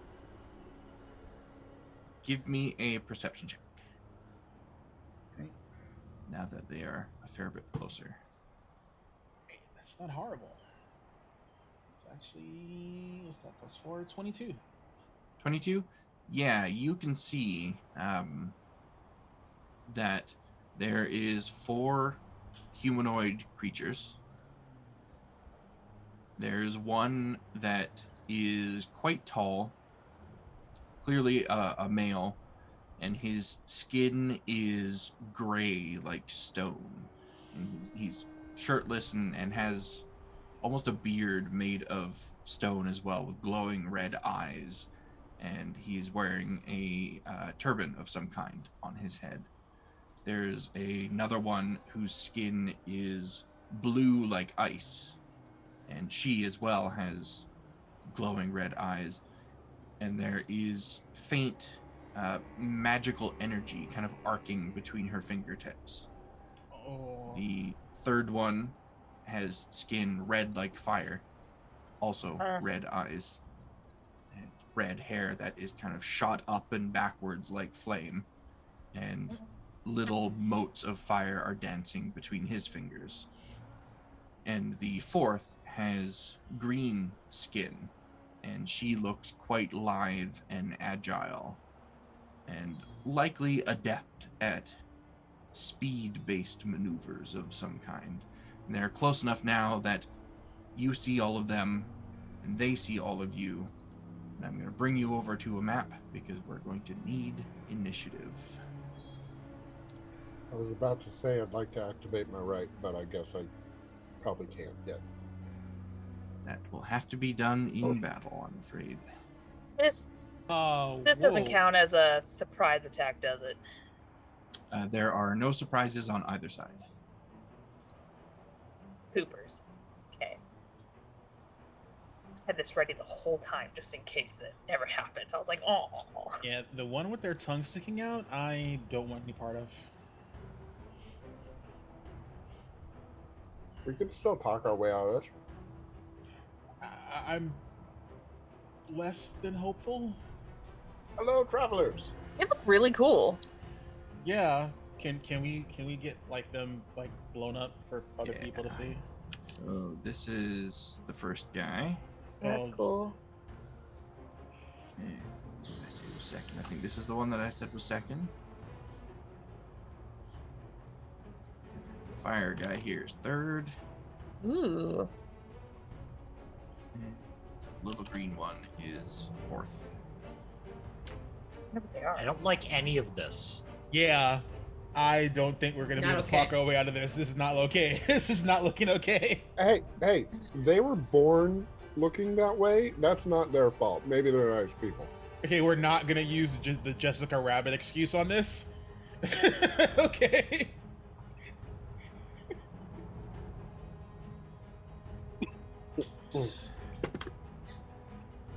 That's not a good roll for that guy.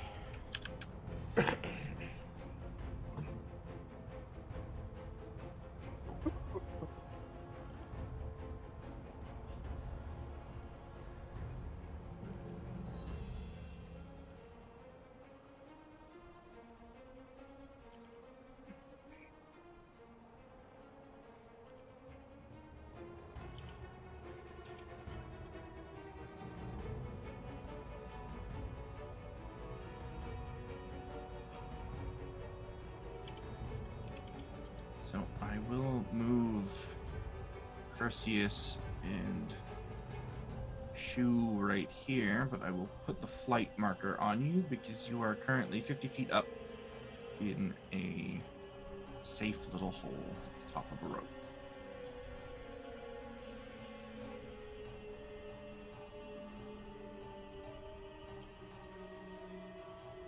Looks like we've got everyone's initiatives, so let's find out. Give me 1 second though. Don't dispel the rope trick with them up there, please. Oh, I'm not dispelling the rope. The one that rolled 18. Yes.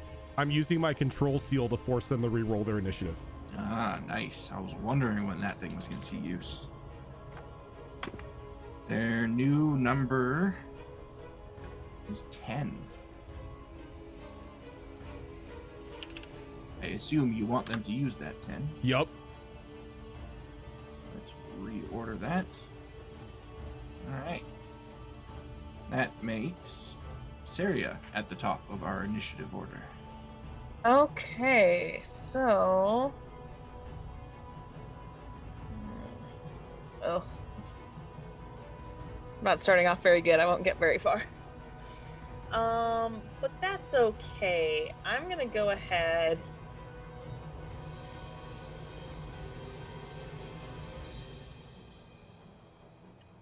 Yeah, I'm gonna go ahead and bonus action cast Shillelagh on my weapon. As I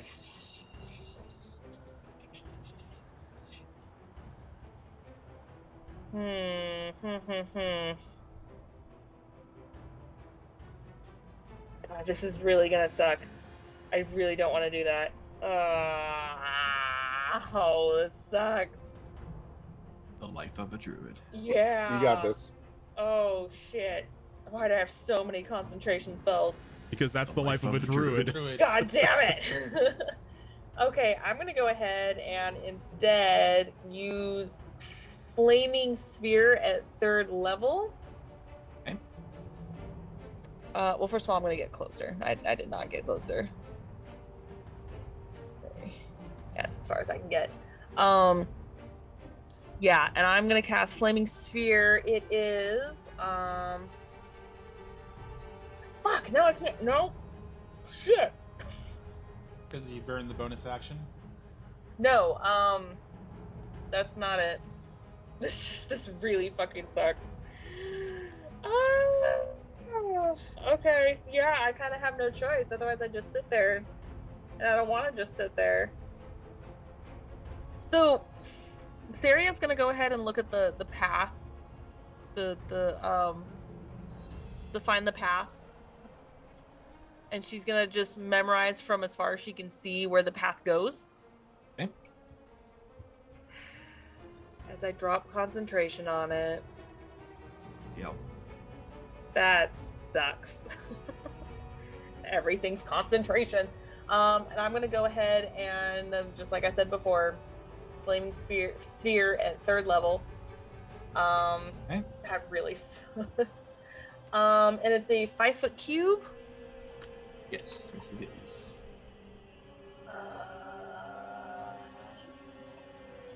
Yeah, and I actually want to put it. I'm just trying to base it a little bit off logic here. I want to go ahead and do it on this chick over here with the tongue. Okay. So do you want to put it in front of her, behind her, beside her? I think it has to be an unoccupied space in your chest of range. Each creature ends turn 5 feet of the sphere. Actually, you know what? Let's put it right here. Let's put it in between them. Okay. Right there. Yeah. Ooh, where'd you get that one? I can still move the That one sphere. is Animated Spell Effects Volume 1. That's I a good need one. it. That's a good one. Mm-hmm. Right now, don't fail safe. Oh, so this doesn't even happen till the end of their turn. Right. Yeah, it happens on the end of their turn or when you use a bonus action to ram it into someone. Yeah, and I can completely move it up to 30 feet if I wanted to. So, Yes. you know what? Just for funsies, go ahead and put it right here next to me. Okay.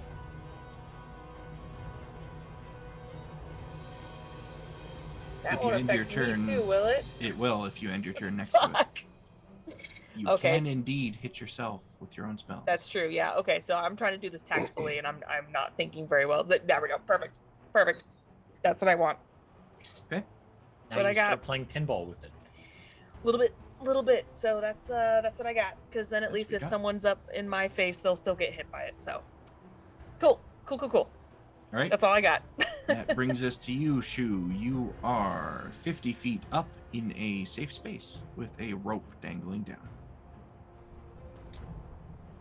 I would probably ask normally before I do this, but Shu ain't smart enough. Don't So- jump down 50 feet. Shu is going to activate her ring of invisibility. Okay. And then she's going to leap out of the hole. Which then her slow fall ability takes effect. If it does, you are Assuming immortal. I can use a reaction on my turn. Yes, you can. Okay. So, seeing how most I can do is 50 feet of damage, and I can negate 55 points of damage. Okay. Assuming I can just land.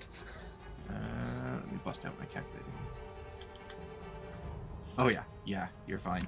You jump out and superhero land on the ground, 3-point landing. You're good. And no one can see. Just a And, of snow.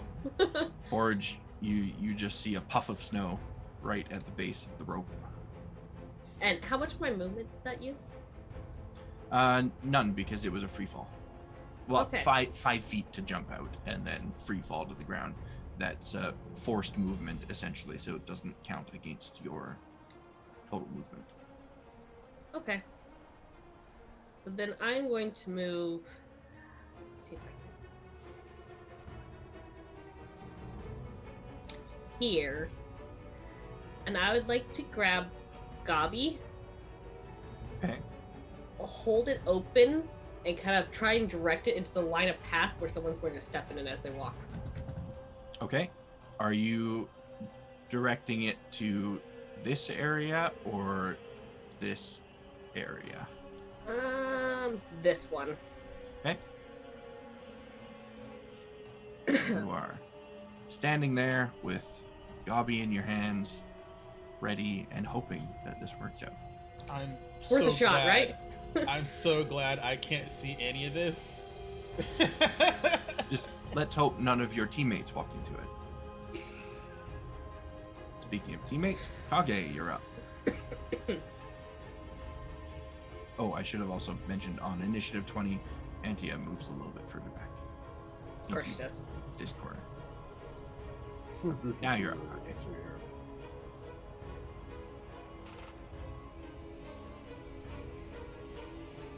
I'm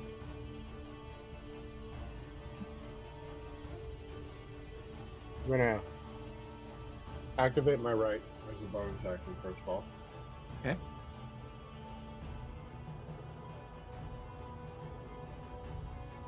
And sweet. 1 point of damage. It's always nice when it lands on a 1. It really is. Never happens for me. Always gets max damage for me. And I'm gonna look at, like, move up to here, look at one of them. Hey, you guys willing to make this friendly? Keep this friendly? Speak? Oh, they do speak. They speak common. Okay. And I'm using the predatory gaze that you gave me right. so very long ago. Let me drop that in the It's, chat. Over a year ago at this point.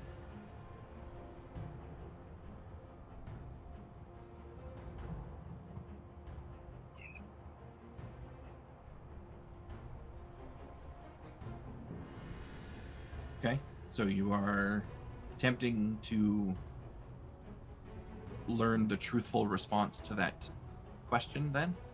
Yep. Okay, and that is a DC 18 wisdom save. Mm-hmm. Okay. So this one right here responds to your question. And she calls out, "Yeah, we'll make this friendly. Come on over here so we can chat." And you hear in Pretty your sure I mind, don't need to incite that. yeah, you hear in your mind, "I'm gonna gut this little fish." Okay, just really quickly. Not friendly. Not friendly. Yeah, no shit. It was worth a check. Was that? I don't see that actually taking an action though. Because I never thought that it would be used in battle. So you're ruling. It is an action. It would be like Okay. doing an insight check in the middle of battle. So Kage will draw his sword as he finishes his movement out a little wider. Okay. And Snow Droplet will fly up higher. Gotcha. Like, keep it at 40 feet or so. You know, I made a bunch of flying height tokens. You'd think I'd be smart enough to add them to my own games, but I'm not. So when do we I didn't. get depth to our maps from Roll20? Didn't you say the new year? The like the isometric stuff? Yeah. That is next year, I believe, sometime. It's currently on the dev server things. Gotcha. So it is being tested by the public that has access to that. That's usually invite only. Yeah, and once that stage of it is done, it will be going public. All right, Perseus, you are 50 feet up in a safe space. All right, and Perseus is going to pirate swing his way down this rope. Okay, give me an acrobatics check.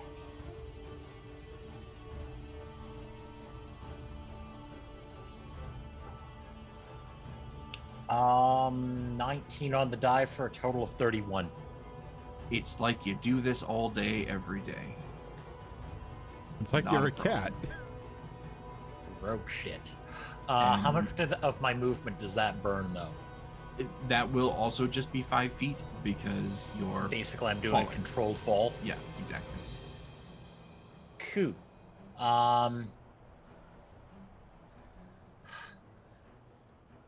Shoo, you need to be 5 feet closer. You're not helping. Really hoping you don't take a good route, specific route. Actually,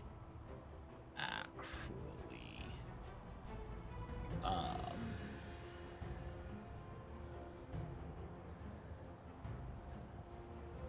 where is that? Where is that?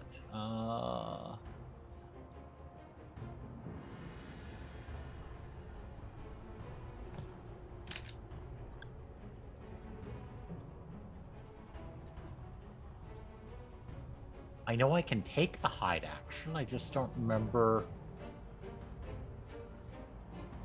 Yeah, cunning action, there it is. Yes, I was do it as So- a bonus action. I am going to try and move to there-ish and take the hide action as I'm going. Okay. How are you trying to hide? Basically using the snow being kicked up and the weather as an opportunity to duck into the snow as much as possible to Okay, hide yeah. myself. Sure, give me a stealth roll. Telescoping kitty again.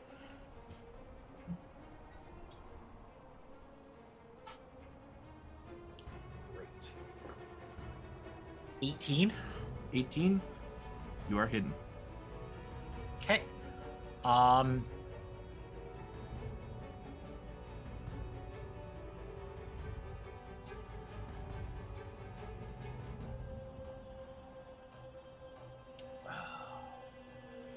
I'd love to know what this does right now, but I'm not sure. How long would it take me to figure out what's in the decanter for the day? That would be an action to check it. Okay. Since I burned my movement, my bonus, I'm gonna figure out what's in the decanter for the day, since I'm in a position to do so quickly. Okay. Pull that chart up. That is a percentile roll from you, sir. Let me find another D10. Those are D10s. Interesting. What's a 19 yield me? A 19. A 19 will yield you a potion of hill giant strength. So when you drink this potion, your strength score changes to 21 for 1 hour. As a +6 bonus, sir.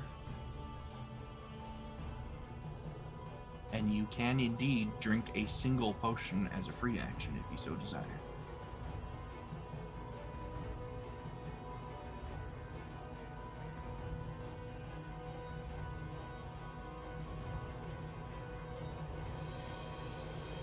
It's not an attuned item, is it? The decanter? Hmm. I don't remember. If it I doesn't don't say, have it listed as one. That's why I'm. Yeah, if it doesn't say attuned in your item description, then we'll assume that it is not an attuned item. Okay. Oh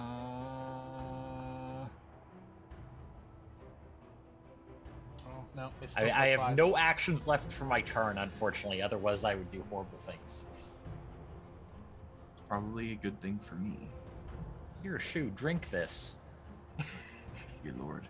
It's still a +5. I was off. Is there any other movement or anything from you, Perseus? No. I'm going to stay Okay. perfectly still, hunker down in the snow. That will bring us to the one with the tongue that wanted to gut Kage.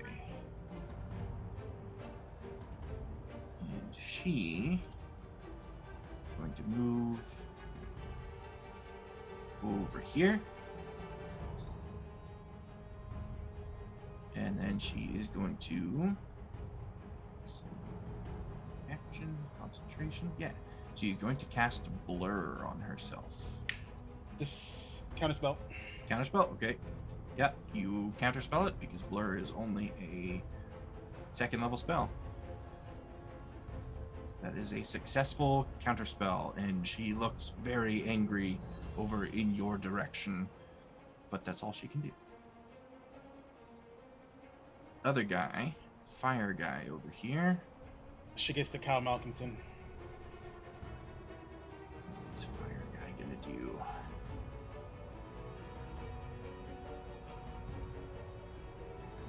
I think fire guy is gonna go ahead and throw a fireball at Forge. Oof. Okay. I only have one reaction. Sorry. That is a 20-foot radius. He doesn't know Shu is there, but it does catch Shu. Do I have I anything think I because can it's- do to in notes? It'll the- miss Perseus. It'll catch Durden. It'll catch Oh. Saria. So I if, didn't- He didn't like a caster. if nobody has any reactions to stop him from doing this, I will need a dexterity saving throw from Shu, Saria, Forge, 99, and Durden.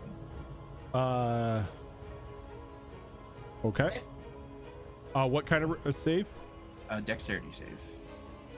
All right. Well, I'm gonna give myself flash of genius here because my dex is absolute garbo.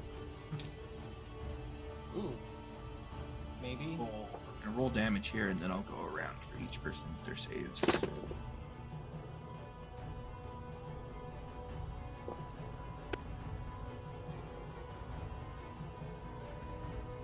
I would like to use my reaction to slow down time again. And I'm gonna move right here. I don't think it'll hit me right there. Is that a thing that you can do for any damage that you would otherwise take, or is It attack is a rolls only? reaction. It is a reaction on any oncoming attack. This is not an attack; it's a spell. Well, fine then. He's right. Fireball is not an attack spell. There's Just you no- don't use logic. So let's start with Shu. What did you roll on your dex save? 27. 27. Okay, you will only take half I damage. will use evasion. You will use evasion. Dope monk shit and take no damage. Yep. Saria, what did you roll on your dex save? I didn't roll because I was looking at spells. I just did it though. 19. 19. That is a save, so you will take 15 fire damage. Okay. Forge, what did you roll? Forge got a 17, 99 got a 13. Okay, Forge saves, so you take 15, 99 fails, and takes 29. And Dirt, what did you roll? Got an 18. An 18 saves. You take 15 fire damage. Hell yeah. That will be it for that guy's turn. And hold on, I think so 15. You said 29 fire damage? Yep.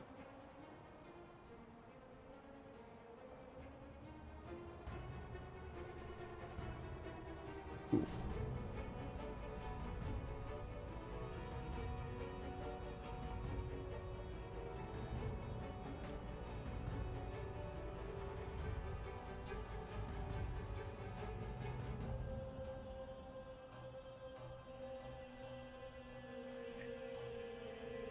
So, if there's nothing else that anyone can do in reaction to that, we will move on to the next person. Okay, it is the Ice Lady. And she is going to first use her bonus action to activate her variable immunity ability after seeing that flaming sphere. No, And she screw is- you. She is going to shift her current immunity to fire immunity. Fine. Bring it, bitch. I got others. And then she is going to, much like her fiery brethren, cast a spell centered on Forge. Ah, jeez. I'm sensing a theme here.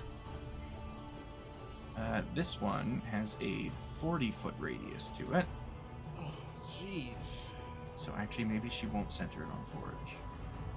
Thank goodness. That would catch her as well in it, and that seems like a dumb move. So instead, she will center it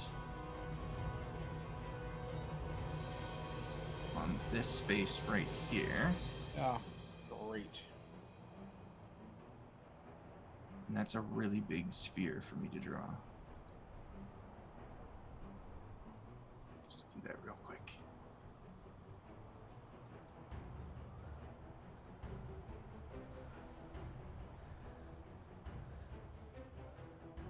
Oh, that's a big sphere. Okay, that's about the right size. God damn. Let's move that to there. And Okay, the okay. spell that she is casting is Sleet Storm.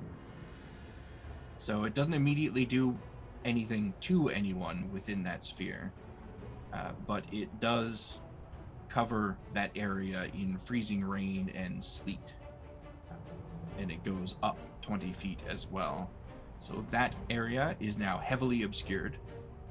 So you can't see into it, out of it, or through it. And the ground in that area is also difficult terrain.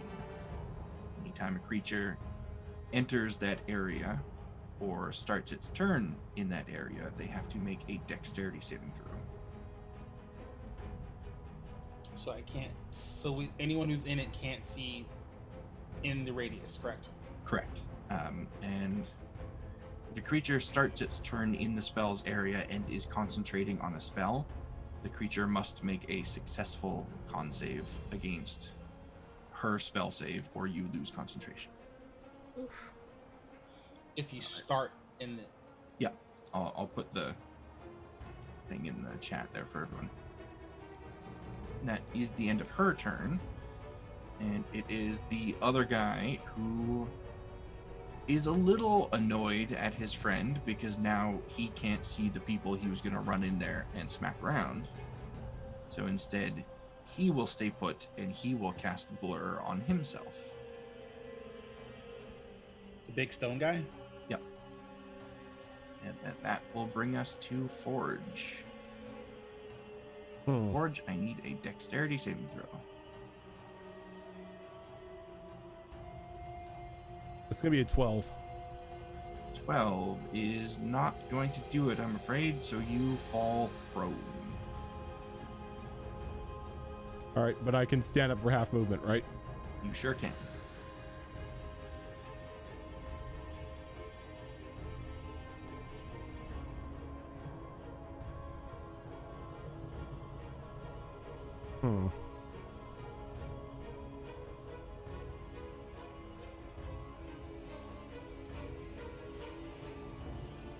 I really can't do anything.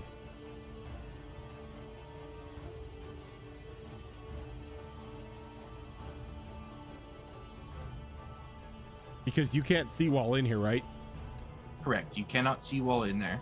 You do know that you are facing the direction in which you saw the enemies, so it is plausible that you would try to move in that direction. You just can't see anything.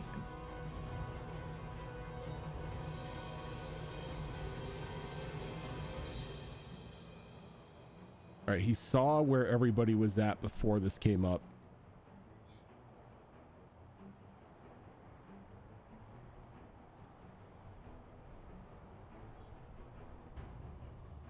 Can you dash after falling prone? Yep. All right. Dash just doubles your movement. I know, but I'm going to need to dash to get out of here.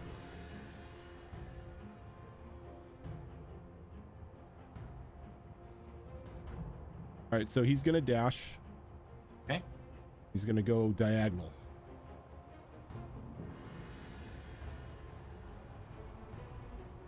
To here. Okay. Yeah, and you have the movement to dash and break free from this heavily obscured area. Any bonus actions I can do?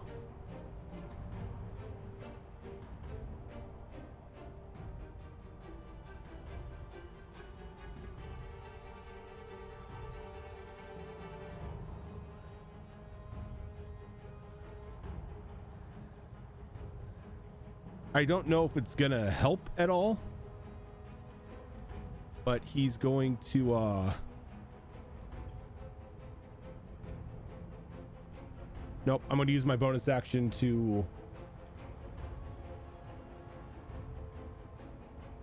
this 99 can move on his own, but he's got to does he have to make a dex save as well?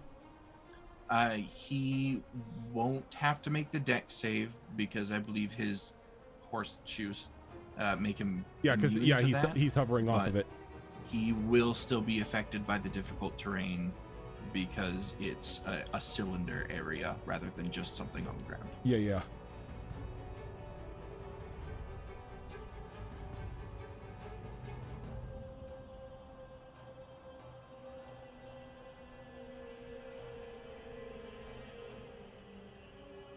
What's his movement speed? 40 feet. So he's got 20 feet in here. All right, so he's going to go this way. Okay. And then I will command him to use a repair on himself. Okay. So he gets some HP back here. Probably a good idea. 2d8 plus 4. All right, so he's going to get 12 HP back. All right. Anything else from you or Doggo? No, that's all we can do. Durden, you're up. Alrighty. Fuck this bullshit. Spellcasters, man. He's gonna dispel magic. Okay. So- Fuck, I could have done that. Dispel Magic is a 3rd level spell, right? Yep. Yep. So it just happens. You do not need to roll for it. I assume you're targeting the Sleet Storm. Yep. Okay. And the Sleet Storm is gone. Alrighty. So now that bullshit's done. So he's blurred. And I can see Nature Boy. So let's see. Damn. Alright. You know what? F this. She wants to do Air of Effect bullshit. Let's do Air of Effect bullshit. So I'm going to cast let's see, I'm burning the sorcerer one. I am going to cast Hypnotic Pattern. Okay. And it's a 30-foot cube. So basically,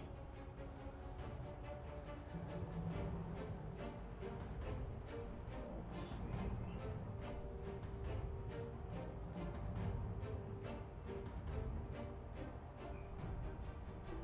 Actually, let's do it right here. Like that? Can you just move it one down? One down. I can certainly do that. Right there. Cool. And that takes a Warlock slot. All right, I need a That's a 30-foot cube. And a DC 30 17 Wisdom save. Wisdom save. Okay. So we will start with the fire guy. He is going to roll a 3. Stone guy is going to roll a 2. Ice lady is going to roll a nat 20. So she's unaffected. Those two guys right now are charmed and incapacitated, have a speed of 0. They sure are. If they take damage or someone else uses an action to shake them out of the stupor, the spell ends for them.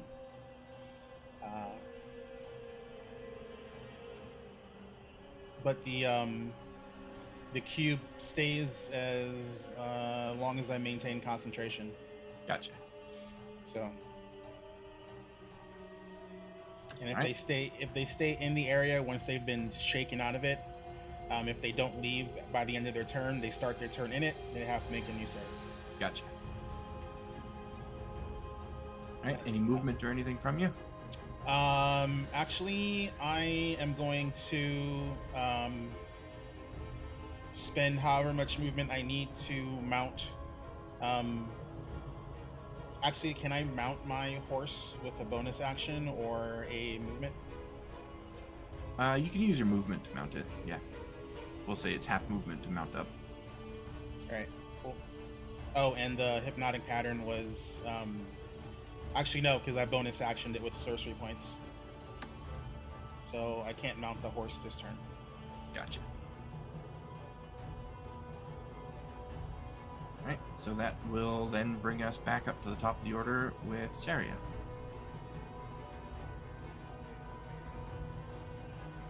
How's everyone looking so far? We doing okay still? Pretty good. Doing fine. Right now. You haven't Okay. seen Shu.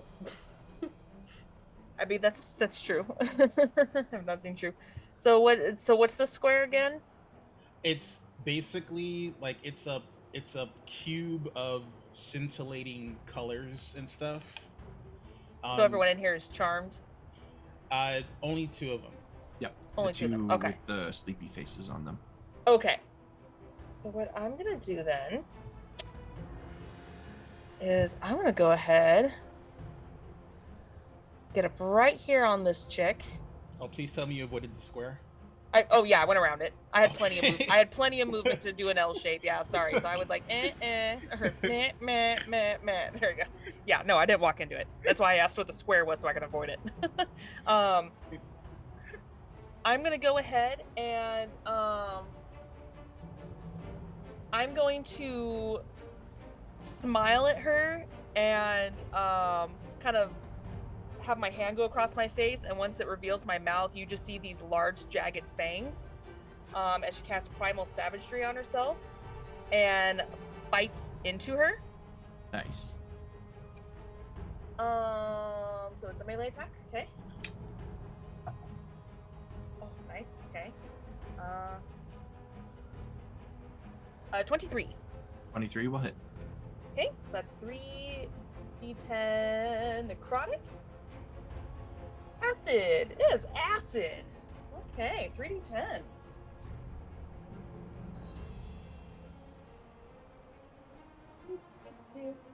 Oh no. Face down. Man down. Man down. This is gonna hurt.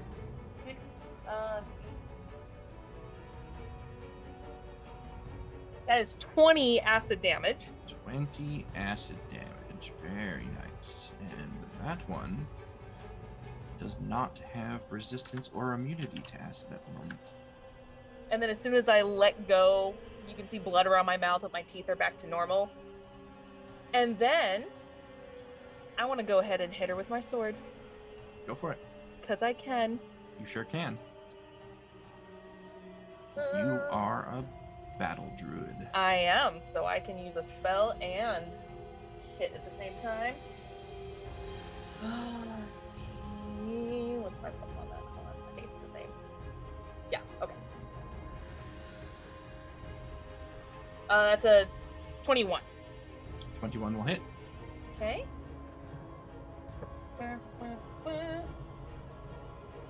8.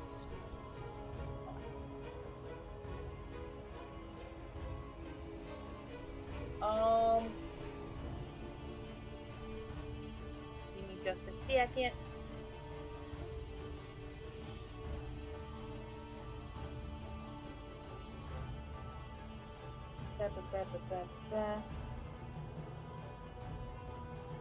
Yeah, no, it's just regular for right now. Yeah. Okay, so that is 6.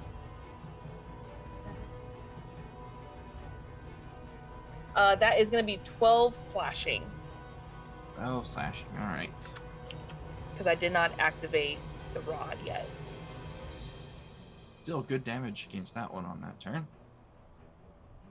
Yep, and that is it. Okay, so So I don't think I do my extra attacks. I just, yeah, we're good. we are going to go ahead and now add Antia to the turn order. And she goes on initiative 20. She is going to use her bonus action to manifest a pitch black blade in her hand that has wisps of dark shadow emanating from it. She's going to use her action, that was a bonus action, to dash, which will get her right up there, but unfortunately that's all she can do.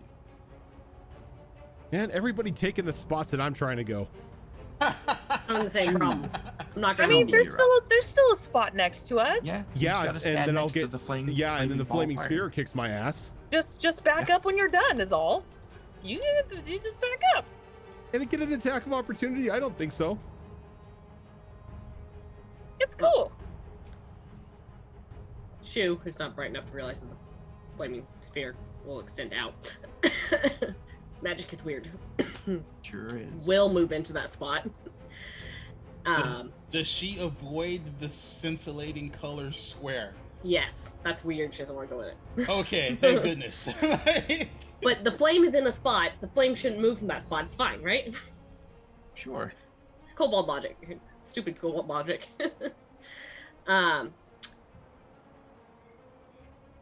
Don't know how you want to rule this, but is it possible for her to try to shove Gabi onto the arm of this lady? It is possible to make that attempt. It will be a basically like a grapple check. Okay, it'll that's what I was be thinking. Your athletics versus her athletics or acrobatics. Okay. Is this considered? No, it's a check. All right, never mind. And you will be doing it at advantage because you are still invisible at the moment. Okay. Hell yeah. So the number to beat is a 23. I got 20. Close. You just graze her arm with it, and as soon as she feels something like a bug crawling up her skin, she retracts her arm, and then because you made a hostile action, Yeah. her invisibility goes away, and she looks quite surprised because she had no idea that you were there. Now suddenly there's this kobold trying to shove a bag onto her arm, and it's very confusing. Does that take my full action? It is an action to do that, yes. Okay. I wasn't sure if it was considered an action or attack, so.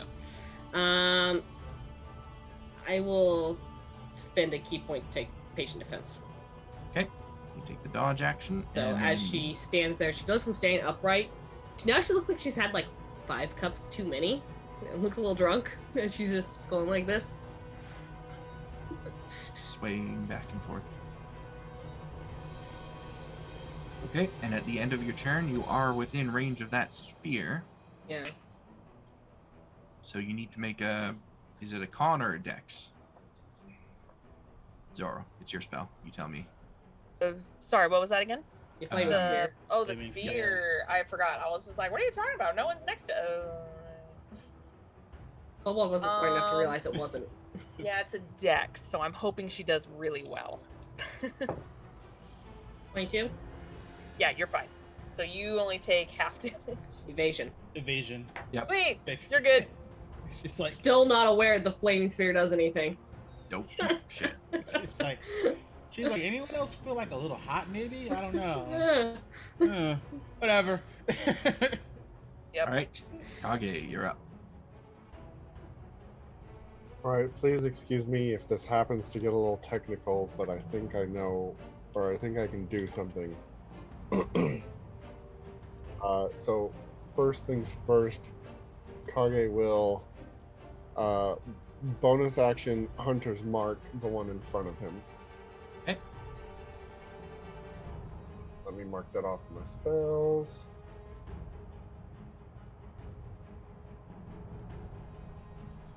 Done. Okay. Secondly, he will move 15 feet up to there. Okay. And cast Booming Blade on his sword. Yep. Which, let's see here, we're 11th level now, so if I remember correctly,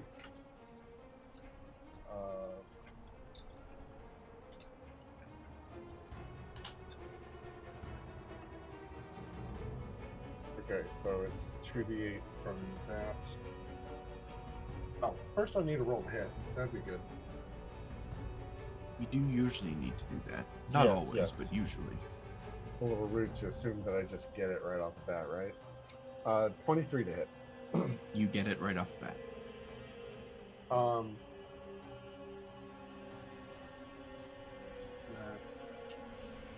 Is there any reason to separate out lightning, fire, or thunder with this person?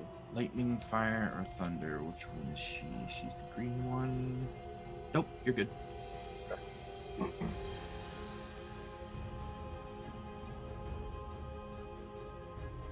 the spell again real quick.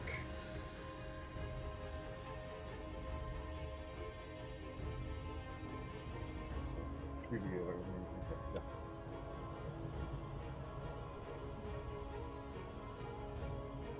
Ooh, that's pretty decent.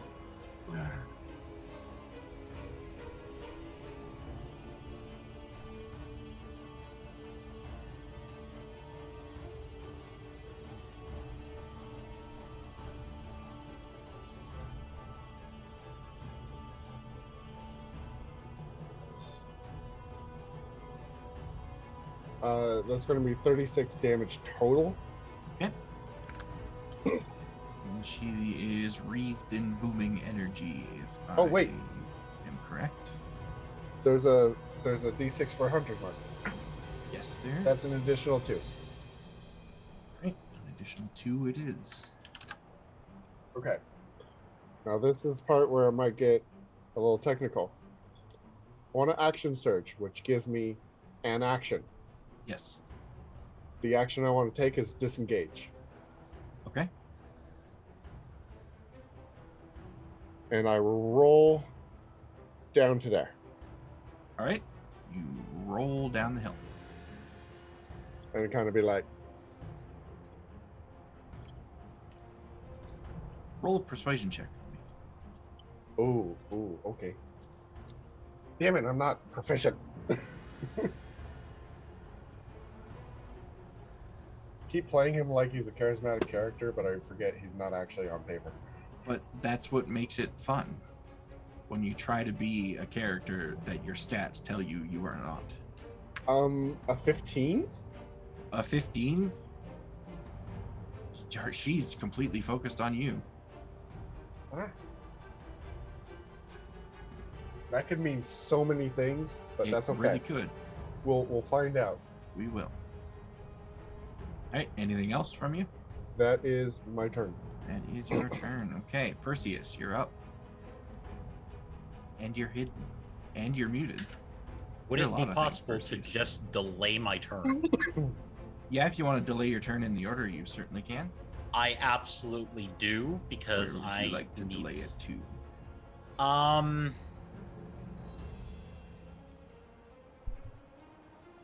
You can see into the cube, you just don't want to walk into it. I would like to delay it till after Durden. After Durden, that will Yep. put you at the bottom of the order. That is certainly doable. Because I want the glittering bullshit to not be in my way. That's fair. All right. So, It's concentration. It's going to be in your way. lady that. Yeah, Kage but just things smacked. happen. Bryce loves gaming. Thank you for that raid. Oh, wow. Heck yeah. So, Kage, I'm going to need you to roll that 3d8 thunder damage for me as she steps right up to you.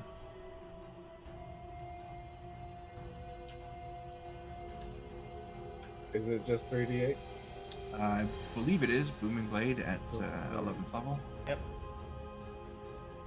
It adds a 2d8 to the initial attack and then 3d8 if they move. Awesome. Oh, holy crap. That was almost max damage. 22. 22. Okay. Not happy about that. There's not a whole lot she can do about it either. You know what? She's going to take another 5 feet of movement to go right here. Uh-oh. Then she's going to start making some attacks against you, Kage. Yep. She's going to start with a claw attack, which is going to be a 21 to hit. Hits. Wait. Shield. Shield, okay. So I assume that makes it not hit. Yes. Second attack is much better. That's a 27 to hit. That will still hit even with the shield. That will be 13 slashing damage. And I need you to make a Constitution saving throw for me as you feel something being pumped into that wound that she just made. Oh, that's not good. 18. 18? Okay, you just barely fight off the paralytic that was just pumped into you. I've been rolling 18 on my con saves all day. And she will make So her weird. last attack against you as well, but I don't think a 19 hits. It does not with the shield still active. It's not. Okay, so that is the end of her turn. Is she wearing metal, by the way? She is not. Okay. Fire guy is incapacitated. Blue lady. She is a spellcaster, so she is at the very least smart enough to know that she doesn't want to stand in the swirling colors for too long. But that's also a whole lot of opportunity attacks. What is she going to do? What can she do? Ah, that's what she's going to do. She's going to use her bonus action to Misty Step. Where's she going?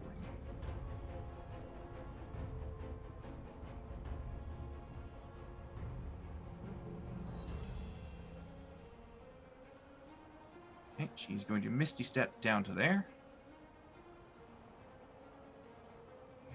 Oh, you don't want to do that, darling. Yeah, but she doesn't know that.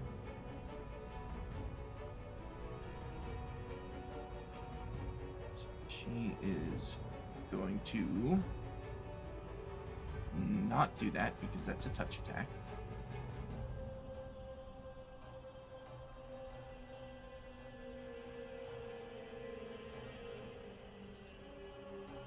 Spellcasters, man, so many options. She is going to fire a ray of frost at you, Durden. I have a spell slot available for my warlock still, so I'm going to burn that and counterspell. Okay. She attempts. You just kind of wave your hand through the air, dismissing her magic entirely, and she kind of clenches her fists and throws them down at her side in frustration.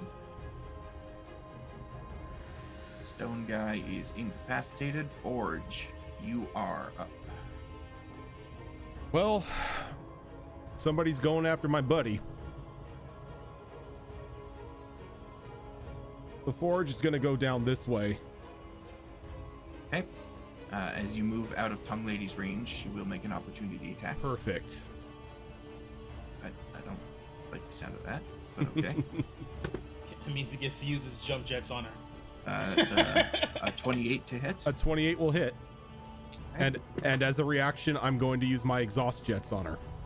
Okay. So you are going to take 9 slashing damage from that attack, and I will need a Constitution saving throw from you. Is this a poison? It is not. Ooh. Interesting. That is going to be a 23. You, just like Kage did, resist the paralytic that she attempts to pump into you. All right, and I need a is it Constitution? Let's see. Dexterity Dex. saving throw. Dexterity saving throw. She rolls a 13. All right, so she's gonna take full damage here. This is gonna be fun. So she's gonna take 6 fire damage, and Forge is gonna push her 10 feet back into the flaming sphere. Oh, that's right. Yeah, because you went over that way. So she No, bumps but- into that sphere. So Yeah. she will automatically fail that dexterity saving throw, let's say, because you would have pushed her beyond that point. So Yeah, draw that right an auto fail, on and top then of it. Zoro, if you want to roll that flaming sphere damage. That is 13 fire damage. 13 fire damage. She Mhm. is looking rough. Hey, after I got back in my head, I'm gonna gut this fish. I'm okay with it. Oh yeah, Uh, I'm gonna fry this fish. And then as Forge gets down to the ice lady, his eyes just turn like a very bright red. And get two baseball swings against her with the maul. Okay.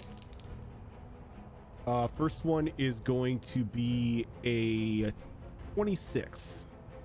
26 will hit. Right, so she is going to take 12 points of bludgeoning damage. Okay.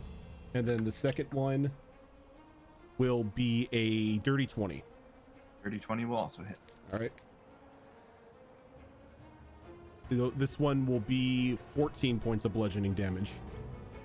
Okay. I need to see if there's anything else that's on this radiant maul.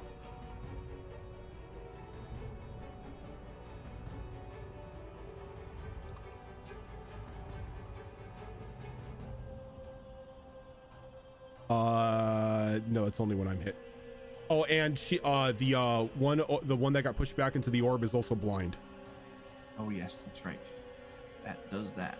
And then 99 is going to come on down here. And using Forge's bonus action, he's going to command him to do a forced empowered rend. Okay. 99, you're fired, dude. That's going to be a natural 1. Time to rebuild them. Yeah, I think I'm going to have to, like, old Yeller this one and build a new one. He's gonna have to do like a carburetor rebuild. You're gonna Wow. take it So is apart, flush it, and rebuild it. Is the next one 100? No, it's always 99. So let's see what happens with that nat 1. 99 manages to damage the hydraulics in its legs, reducing its movement speed by 10 until repaired. Forge just kind of looks at him and shakes his head. I need to do a full diagnostic on you. That's all I can do. Okay. That brings us to Durden. All right, so Durden's going to burn one of his remaining 2 sorcery points. I'm sorry, one of my remaining 3 sorcery points. Oh. And a magical gong and hammer appear in his hands, and he just rings it loudly. And I need a wisdom saving throw, DC 17, from both the ice chick and the tongue thing. The tongue thing. Ice Chick is going to get a 5. And Tongue Thing is going to get a 17. So 17, it's, what is it? Save or suck? I think it's save or suck.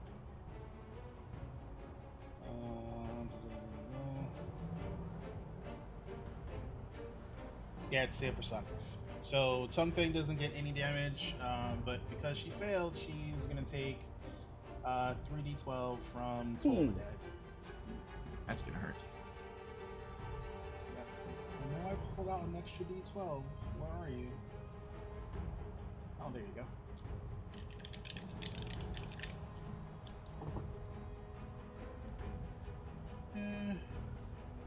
It's okay. 16 points of damage. 16 points of damage. Okay. Not great. She's looking real rough, though. Not having a good time, that one. And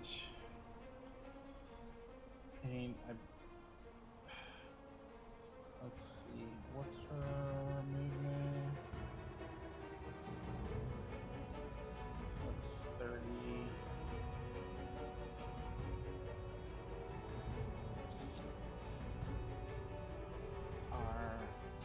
You know what? I'm just going to. Yeah, I'm gonna stay there.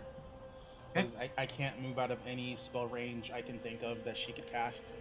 Fair enough. So that brings us to the hiding cat. Hiding cat is going to finally do something and power through the snow to there. Okay. And put a rapier in her unsuspecting behind. Oh, this is going to go very poorly for her. No one expects the Spanish Inquisition. Why am I getting the Tom and Jerry Tom Garden? Ow! Through the air. Not a crit, but a 26 to hit. A 26 will hit.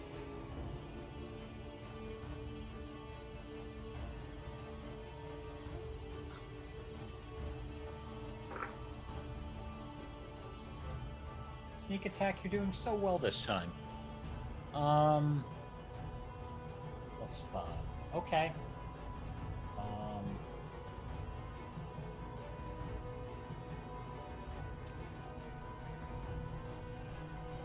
It's 10. 22.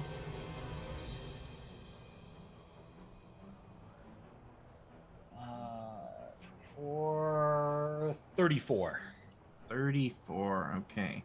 As you ram that rapier right where rapiers are never meant to go, her body kind of balloons out for a moment and then bursts in a cloud of greenish haze. And I need a Constitution saving throw from Forge, 99, and Perseus. Is this poison? It is not. It's green and it's not poison. 23. You resist the paralytic. Forge got a natural 20 for 28. You also resist. 99 on the other hand got a 10. Is 99 immune to being paralyzed? It says condition immunities: charmed, exhausted, exhaustion, and poison. It says nothing about paralytic, which strikes me odd for the constructs. Well, I mean, it could be magically paralyzed, but this is not a magical thing. This is a natural gas, which I can't make any sort of reasoning as to why it would work on a construct. So I'm going to say 99 is fine. I mean, Well, in that case, would Forge have to do it since he doesn't breathe? He would still have to do it because he is made of organic material. Gotcha. Wouldn't unnatural gas paralytic be considered a poison? It is not a poison. No. No, they are. The steel defenders are not immune to paralysis. Which, again, I can see that being the case for like magical things that paralyze you, but this is not a magical thing, so he'll be immune to this. Yep, this is every time Rose got charmed, and it wasn't a charm. Yep. There are other ways to control a mind than just charm. I'm like, ah. Anything more that you wish to do, Perseus? Yes.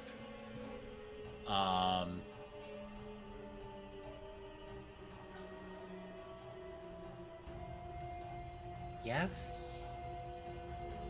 I think so.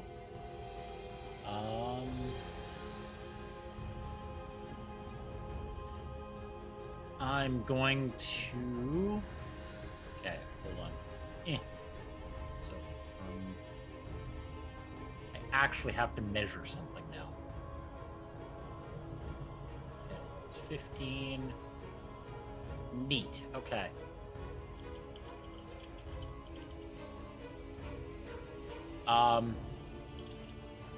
Going to run up to Kage and shove a flask into his hands and say, "Drink this." Okay. So because you are holding this out for him, when it comes to his turn, if he wishes to drink, I assume it's the potion. It is. He can treat it like a potion that is on his person and can drink it. So that will then bring us over to Saria. Well, that just ruined one of my things I was gonna do with Catboy being there now, so I'm going to switch it up. Fuck it, we have to take them out at some point. And the other chick's not looking too well. So what I'm going to do is I'm going to look at Antia and say,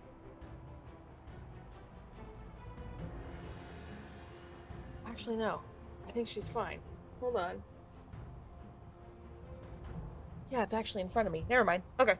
Never mind then. I thought for some reason it's where I spawned and so forth. So I'm going to go ahead and I'm going to reach into my pouch and pull out a horseshoe, and I'm going to drop it on the ground, and you see several more horseshoes just start to form up, and it looks like a whole there's a handful of horses just manifesting themselves as I cast Sudden Stampede. Okay, I was wondering where you were going with that. It is 10 feet, so I am casting it to where here and here, so these two markers, and it's a 60-foot line back as they run.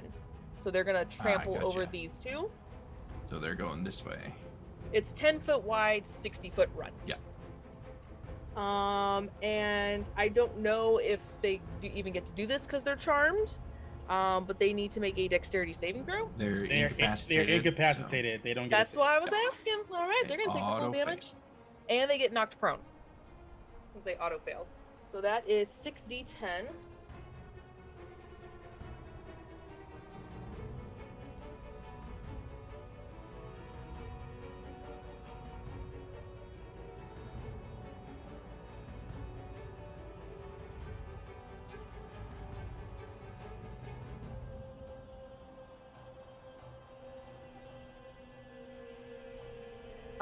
That is 40 bludgeoning damage.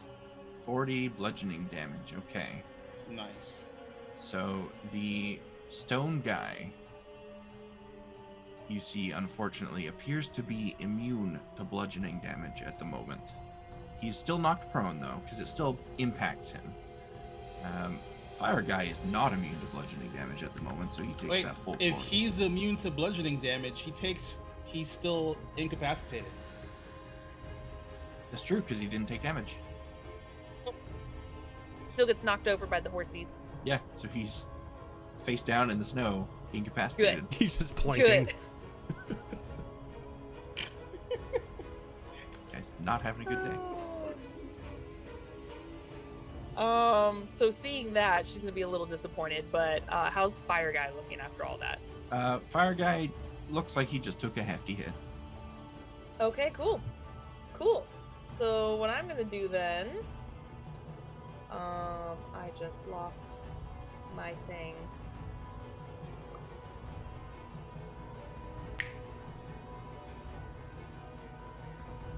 Oh, why the hell not? I'm gonna go ahead and bonus action activate the rod to turn into my flame tongue. Okay. And I will actually move to... I'll just sidestep. Right here seems good. Okay. Get all up in her business. And that is it. That will then bring us to Antia.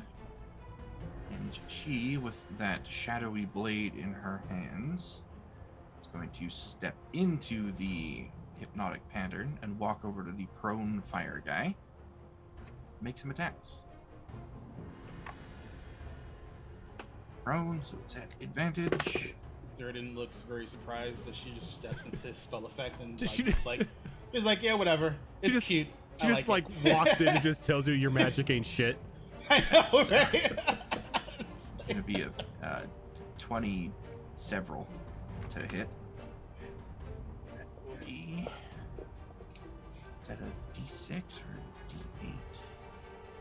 Let's go. Oh shit, that's a D8.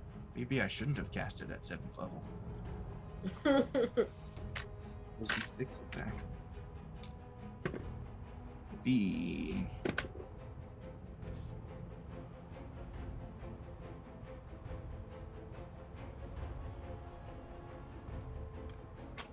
22 psychic damage to this guy. Ow. And she's gonna swing again. Because she can't. Yes, she can. That's gonna be 23 to hit. So he will take another. Oh, this is gonna hurt.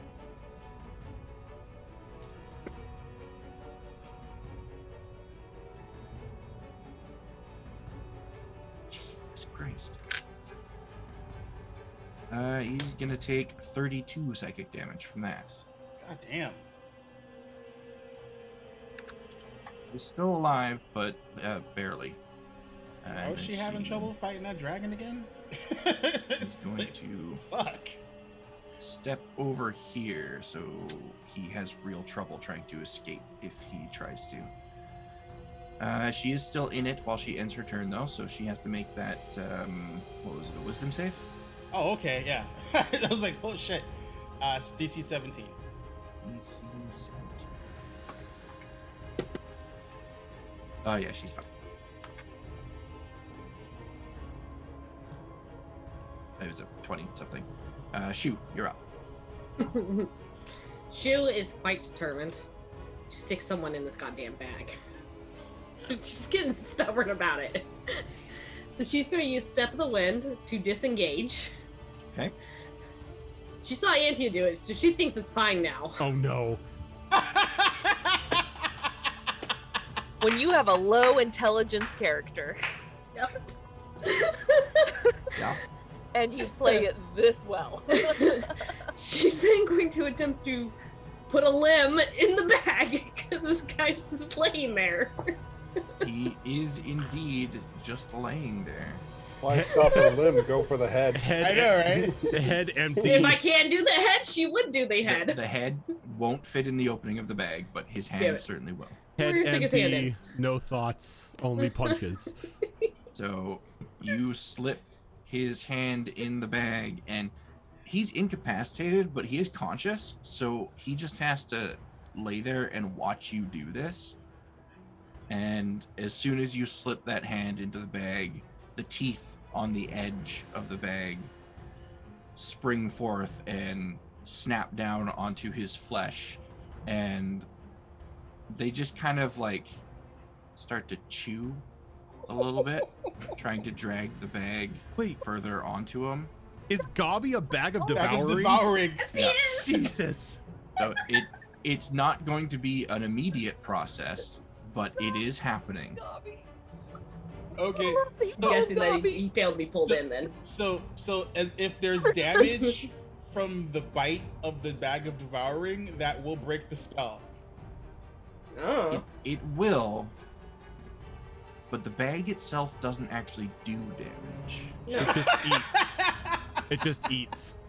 The teeth, although frightening to look at, are more just a way for the bag to move itself across whatever it's devouring. Oh my god. So So it's That's just like he's just uncomfortable. laying there, just letting He's- it yeah. happen. Yep. Holy fuck. And look, there's a 50-50 chance he got sucked inside. Yep. I took it. I'm so happy that this happened. Oh my god. This is what I've been trying to do the whole time. Thank anything you for else? taking advantage of his vulnerability. Anything else on your turn, Shu? she's not smart enough to step out of the square. Okay. You end your turn in the spell, so you will have to make that save. I will give Shoof Flash of Genius for a +5 to your Is saving it a throw. wisdom save? Yeah, the wisdom save DC Okay. 17. Wisdom's at least something I can do. It's not negative. As I throw my dice into my thing, that's okay. It's a decent roll. +5, you said? +5. So it's gonna be 12 plus 5 is 15, 19 total.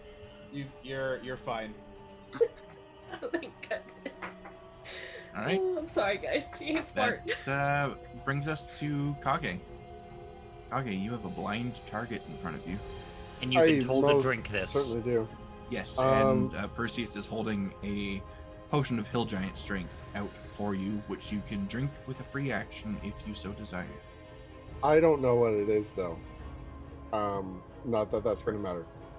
He's gonna look at Perseus. Huh? Perseus is whatever. nodding enthusiastically the whole time. Okay, so as you drink it, you feel very invigorated as your strength score goes up to 21 for Plus the next 5. hour. +5 strength. I don't know if Kage uses strength, but he can now. Oh, Thank you, sorry. Mute. Now it's interchangeable with my dex, so probably not a bad thing. I don't know. I say At the very least. So Kage's kind of like, and he's gonna cast Booming Blade on his blade once again, and he's going to attack this person. Is it at advantage because she's blind? It is at advantage, yes. Oh, that's just unfortunate for her.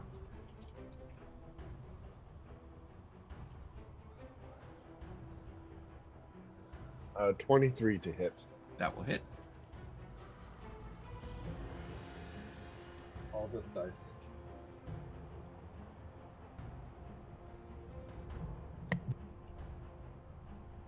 I got Hunter's Mark, weapon damage, Booming Blade damage.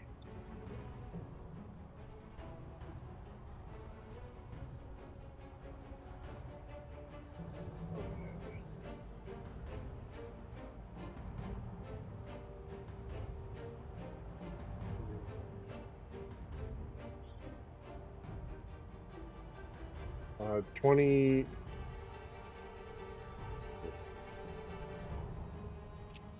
28 points of damage. 28 is just enough to bring her down, to drive that blade into her. The thunder damage from the booming blade goes off inside of her, and her body bursts, much like the ice one, in a greenish haze. And I need Saria and Kage to give me Constitution saving throws.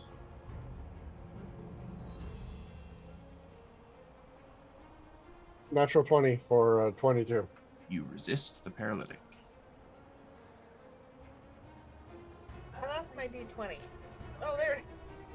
Why did you lose a d20? Then it blended in so well with all my other stuff. Constitution, you said? Yep. It's a 19. 19, you as well resist the paralytic. Yay!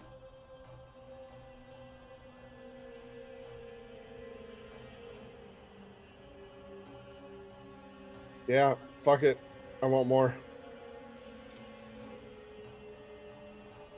It was just running into like dirt and shit. Like, And this guy, They saw Oh. one kid jump off the bridge and survive, so now they're all following. So, Yep. so as by the way, as soon as she like gives signs of she's not making through the first hit, he's like fishy, fishy, fishy, fishy, and runs off. she would make a face, but she doesn't even know where to look to make it. Okay. So, anyways, yeah. Bonus action attack on that guy. Okay. He's still prone. He sure is.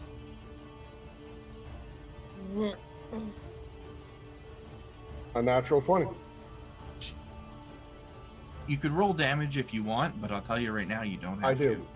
to. I do want. I really want to roll damage. I like rolling dice. Kind That's of fair. one of the reasons to play this game. 1. You don't roll dice in D&D. Okay, so that's gonna be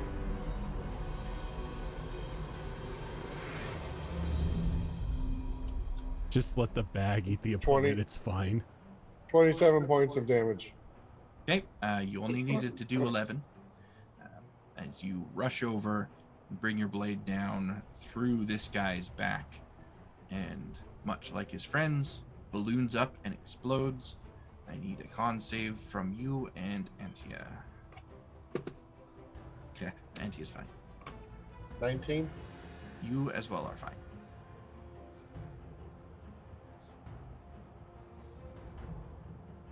I have no more movement speed, so that's it. Okay, So, you are in the spell, so you do need to make a wisdom saving throw. Okay. DC 17. I did not make that with a 5. Oh. Okay, so you are charmed and incapacitated. Erden's the best.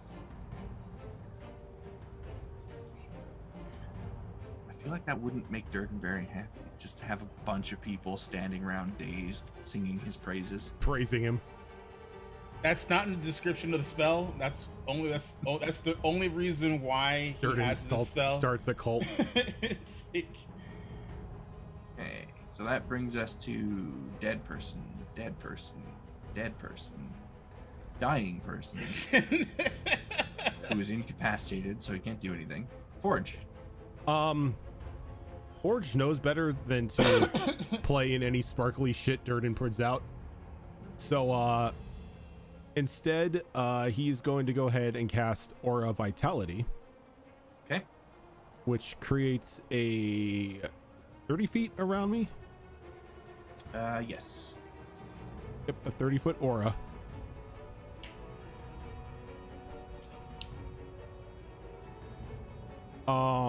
And then as a bonus action, I will choose to heal Kage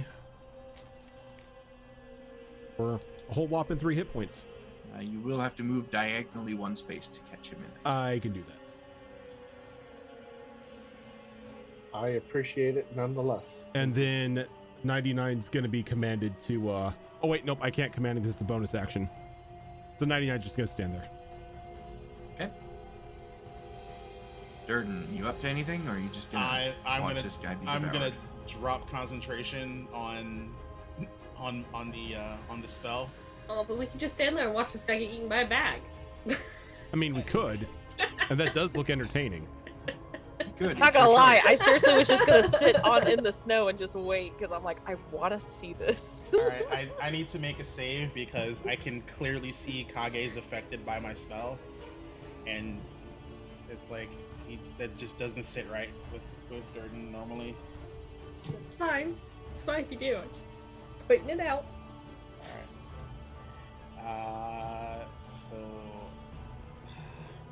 All right, I rolled an 8, and I do not have a bonus to wisdom for saving throws, so he leaves the spell.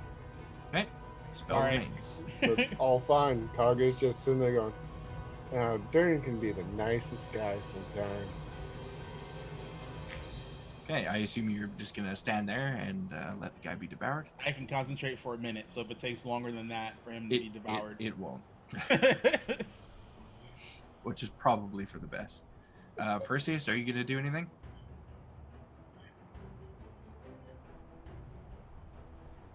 Yes. I'm going to go here. I'm going to sit down and I'm going to watch. Okay, so is it safe to assume at this point that everyone is just going to let the guy be devoured? Just drop your spell. We're just gonna Keep him there. Like every time he gets around to Forge, he's just gonna pump a little more healing into Kage because he did take a bit of a decent stab from Tongue Lady. Okay. And Antia, as well, as she's moving out, she's gonna grab the collar of Kage's shirt and kind of force Thank move you. him out. Yep. Thank you. The only way I can move in and out safely, the cat boy once again got right where I wanted to be. So I'm like, damn it. Kage, I'll heal you Okay. for another 9. She's just gonna This is continue to stand Kage. here unless someone else forces her out. I mean, that's Saria will do that. She'll just like grab the back of your little hood and just pull you out, just so we can watch this all together. This is Kage every step of the way. And once Sorry, you get out, how much Antia, healing was it? And I'll drop the sphere spell. how much healing did Kage get? 9 From- 9 hit points. 9 hits. Okay. Thank you. And Antia will just kind of slap your cheek a little bit and dispel the charm on you. As soon as he's fully devoured, I'll end the spell. Okay, so Just because I don't want to hear him writhing in pain or whatever happens when a bag of devouring eats you. I mean, the description just there's what? pretty much says you get sucked inside. I don't know. Can incapacitated people scream? No. But but there's he's- no noise. But again, you can he's conscious. If I drop the spell ends. I don't want to hear him being devoured. you can scream. It's just kind of muffled because you can't open your mouth. Yeah. It's, But he- I don't know if that's worse. it's He like doesn't- it's like that scene from Sin City when Frodo was tied to the tree with the, Oh, with the God. dog. And the dogs are coming. Oh god, so bad. Elijah Wood, that's who it was. Like I forgot his name for a you- second. Don't have to listen to him muffled screaming for very long though, because once it's finished devouring his arm, it starts on his head next. And once all resistance from him is gone, it's like watching something being eaten by a snake, except the snake is a bag with teeth. Kage does What's- rather what- enjoy pouring salt on open wounds. So as it's doing that, he's just going to say, "Hey guys, remember how we gave them a chance to be friendly?" And she's gonna go Yeah. collect her bag when it's all done and hook it back on the outside of her pack. And the bag miraculously doesn't feel any heavier. Yeah. Does it poop out anything, or is it just gone? It's a magic bag. Yeah. mean, Oh just my kinda god! If you want to reach in and grab for his stuff, you can. Yeah. I don't There- want The stuff's still in there. Durden makes like a very obvious note of which bag is chompy and it doesn't Gobby. Gobby. Gobby. whatever the bag that makes that happen to you. It doesn't It's want the one that looks like the bag of holding. And The other two are the rest of them are mundane bags. It's the only That- one. that brings an end to that rather grotesque battle. And I think we're only 10 minutes away from the end. Are we good to skip our second break? I would Yes. think yeah. Okay. so. For like the remainder of that minute, he's just gonna dump out as much HP as he can. Okay.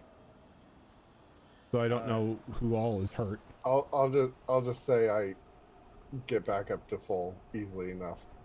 How many HP are you down? 12. 12. Okay. I'll heal you up to 12. Is anyone else lacking hit points? Missing hit That's points? just gonna my question. Or just healing himself because he's down a little bit, but not much. So he's just gonna heal himself up to full. It takes like another two rolls to bring Kage back up to full health. Easy enough to do. While Perseus is watching the entertainment, he's just gonna hold up a paw waiting for his flask to come back. Oh, yeah.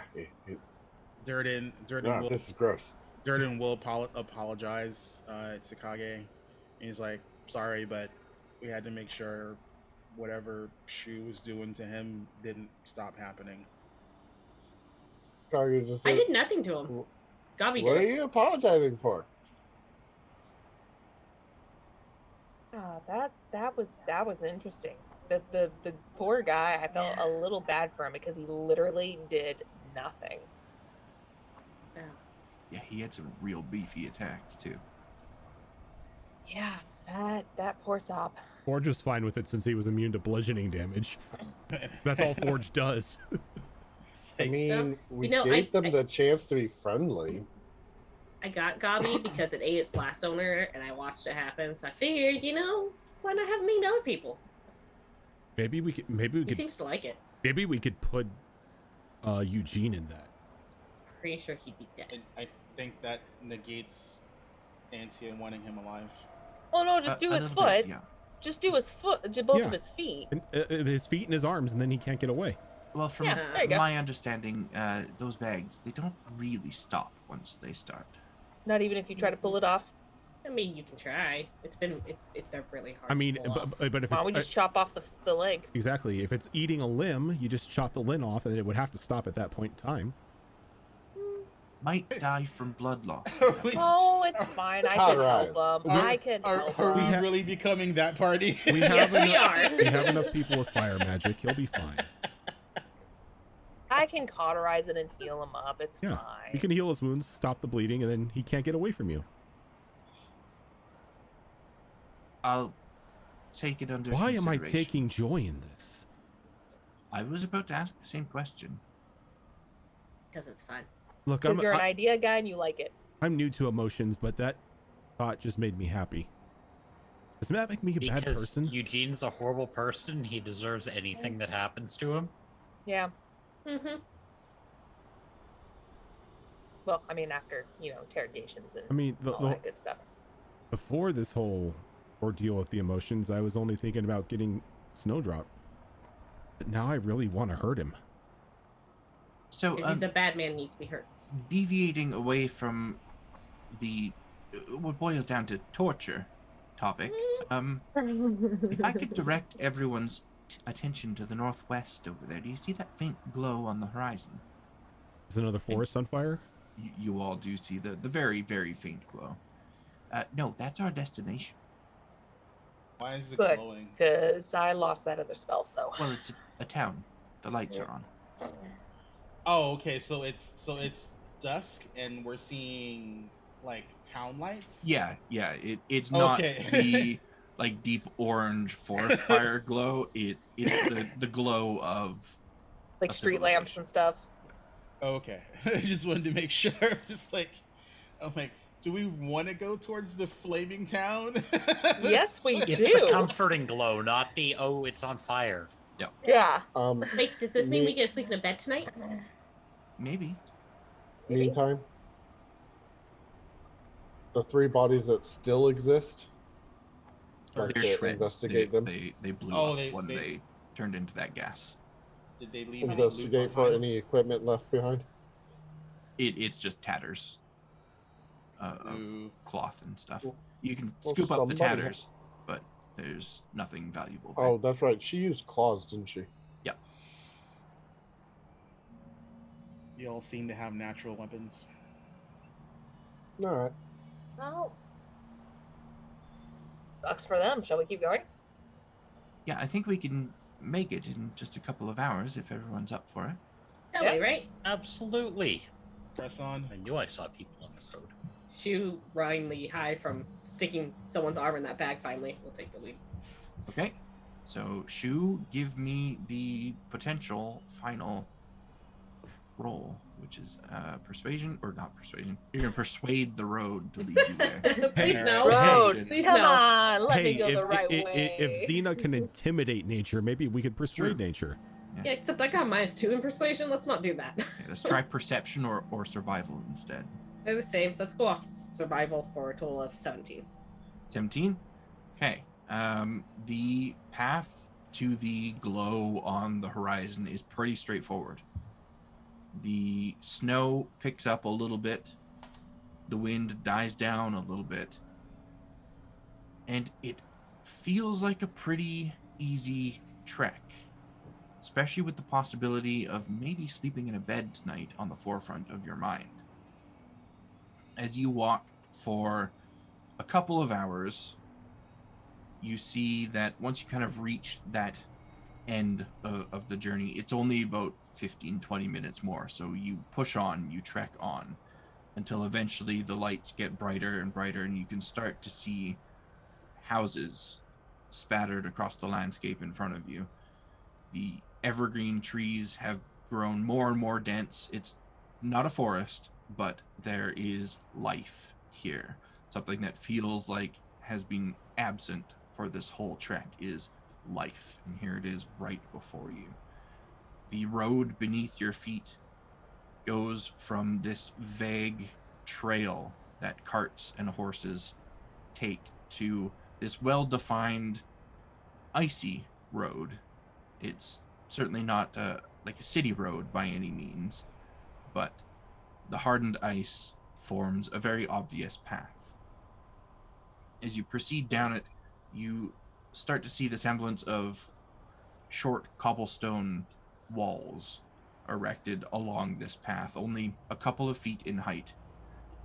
And eventually they begin to have sconces, lit sconces, at each section of wall. Till finally, you approach the front gate of the town of Moordale.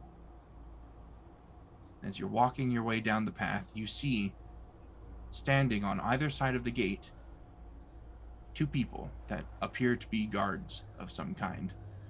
They look a bit short for guards, but, I mean, look at your party. You're not judging people by height.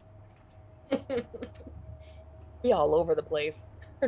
And just a few minutes later down this road, you have a much clearer view of these two individuals standing guard at the front of Moordale. And Durden and Forge, you recognize a Fellis and a kobold from your past.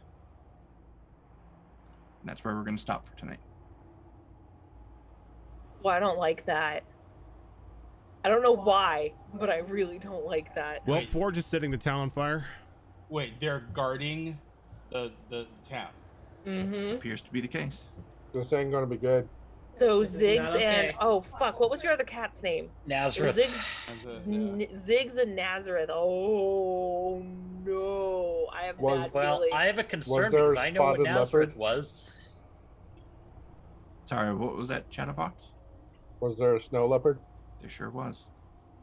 Archie. No, no, no, no, no, no, no, no, no, no, no, no.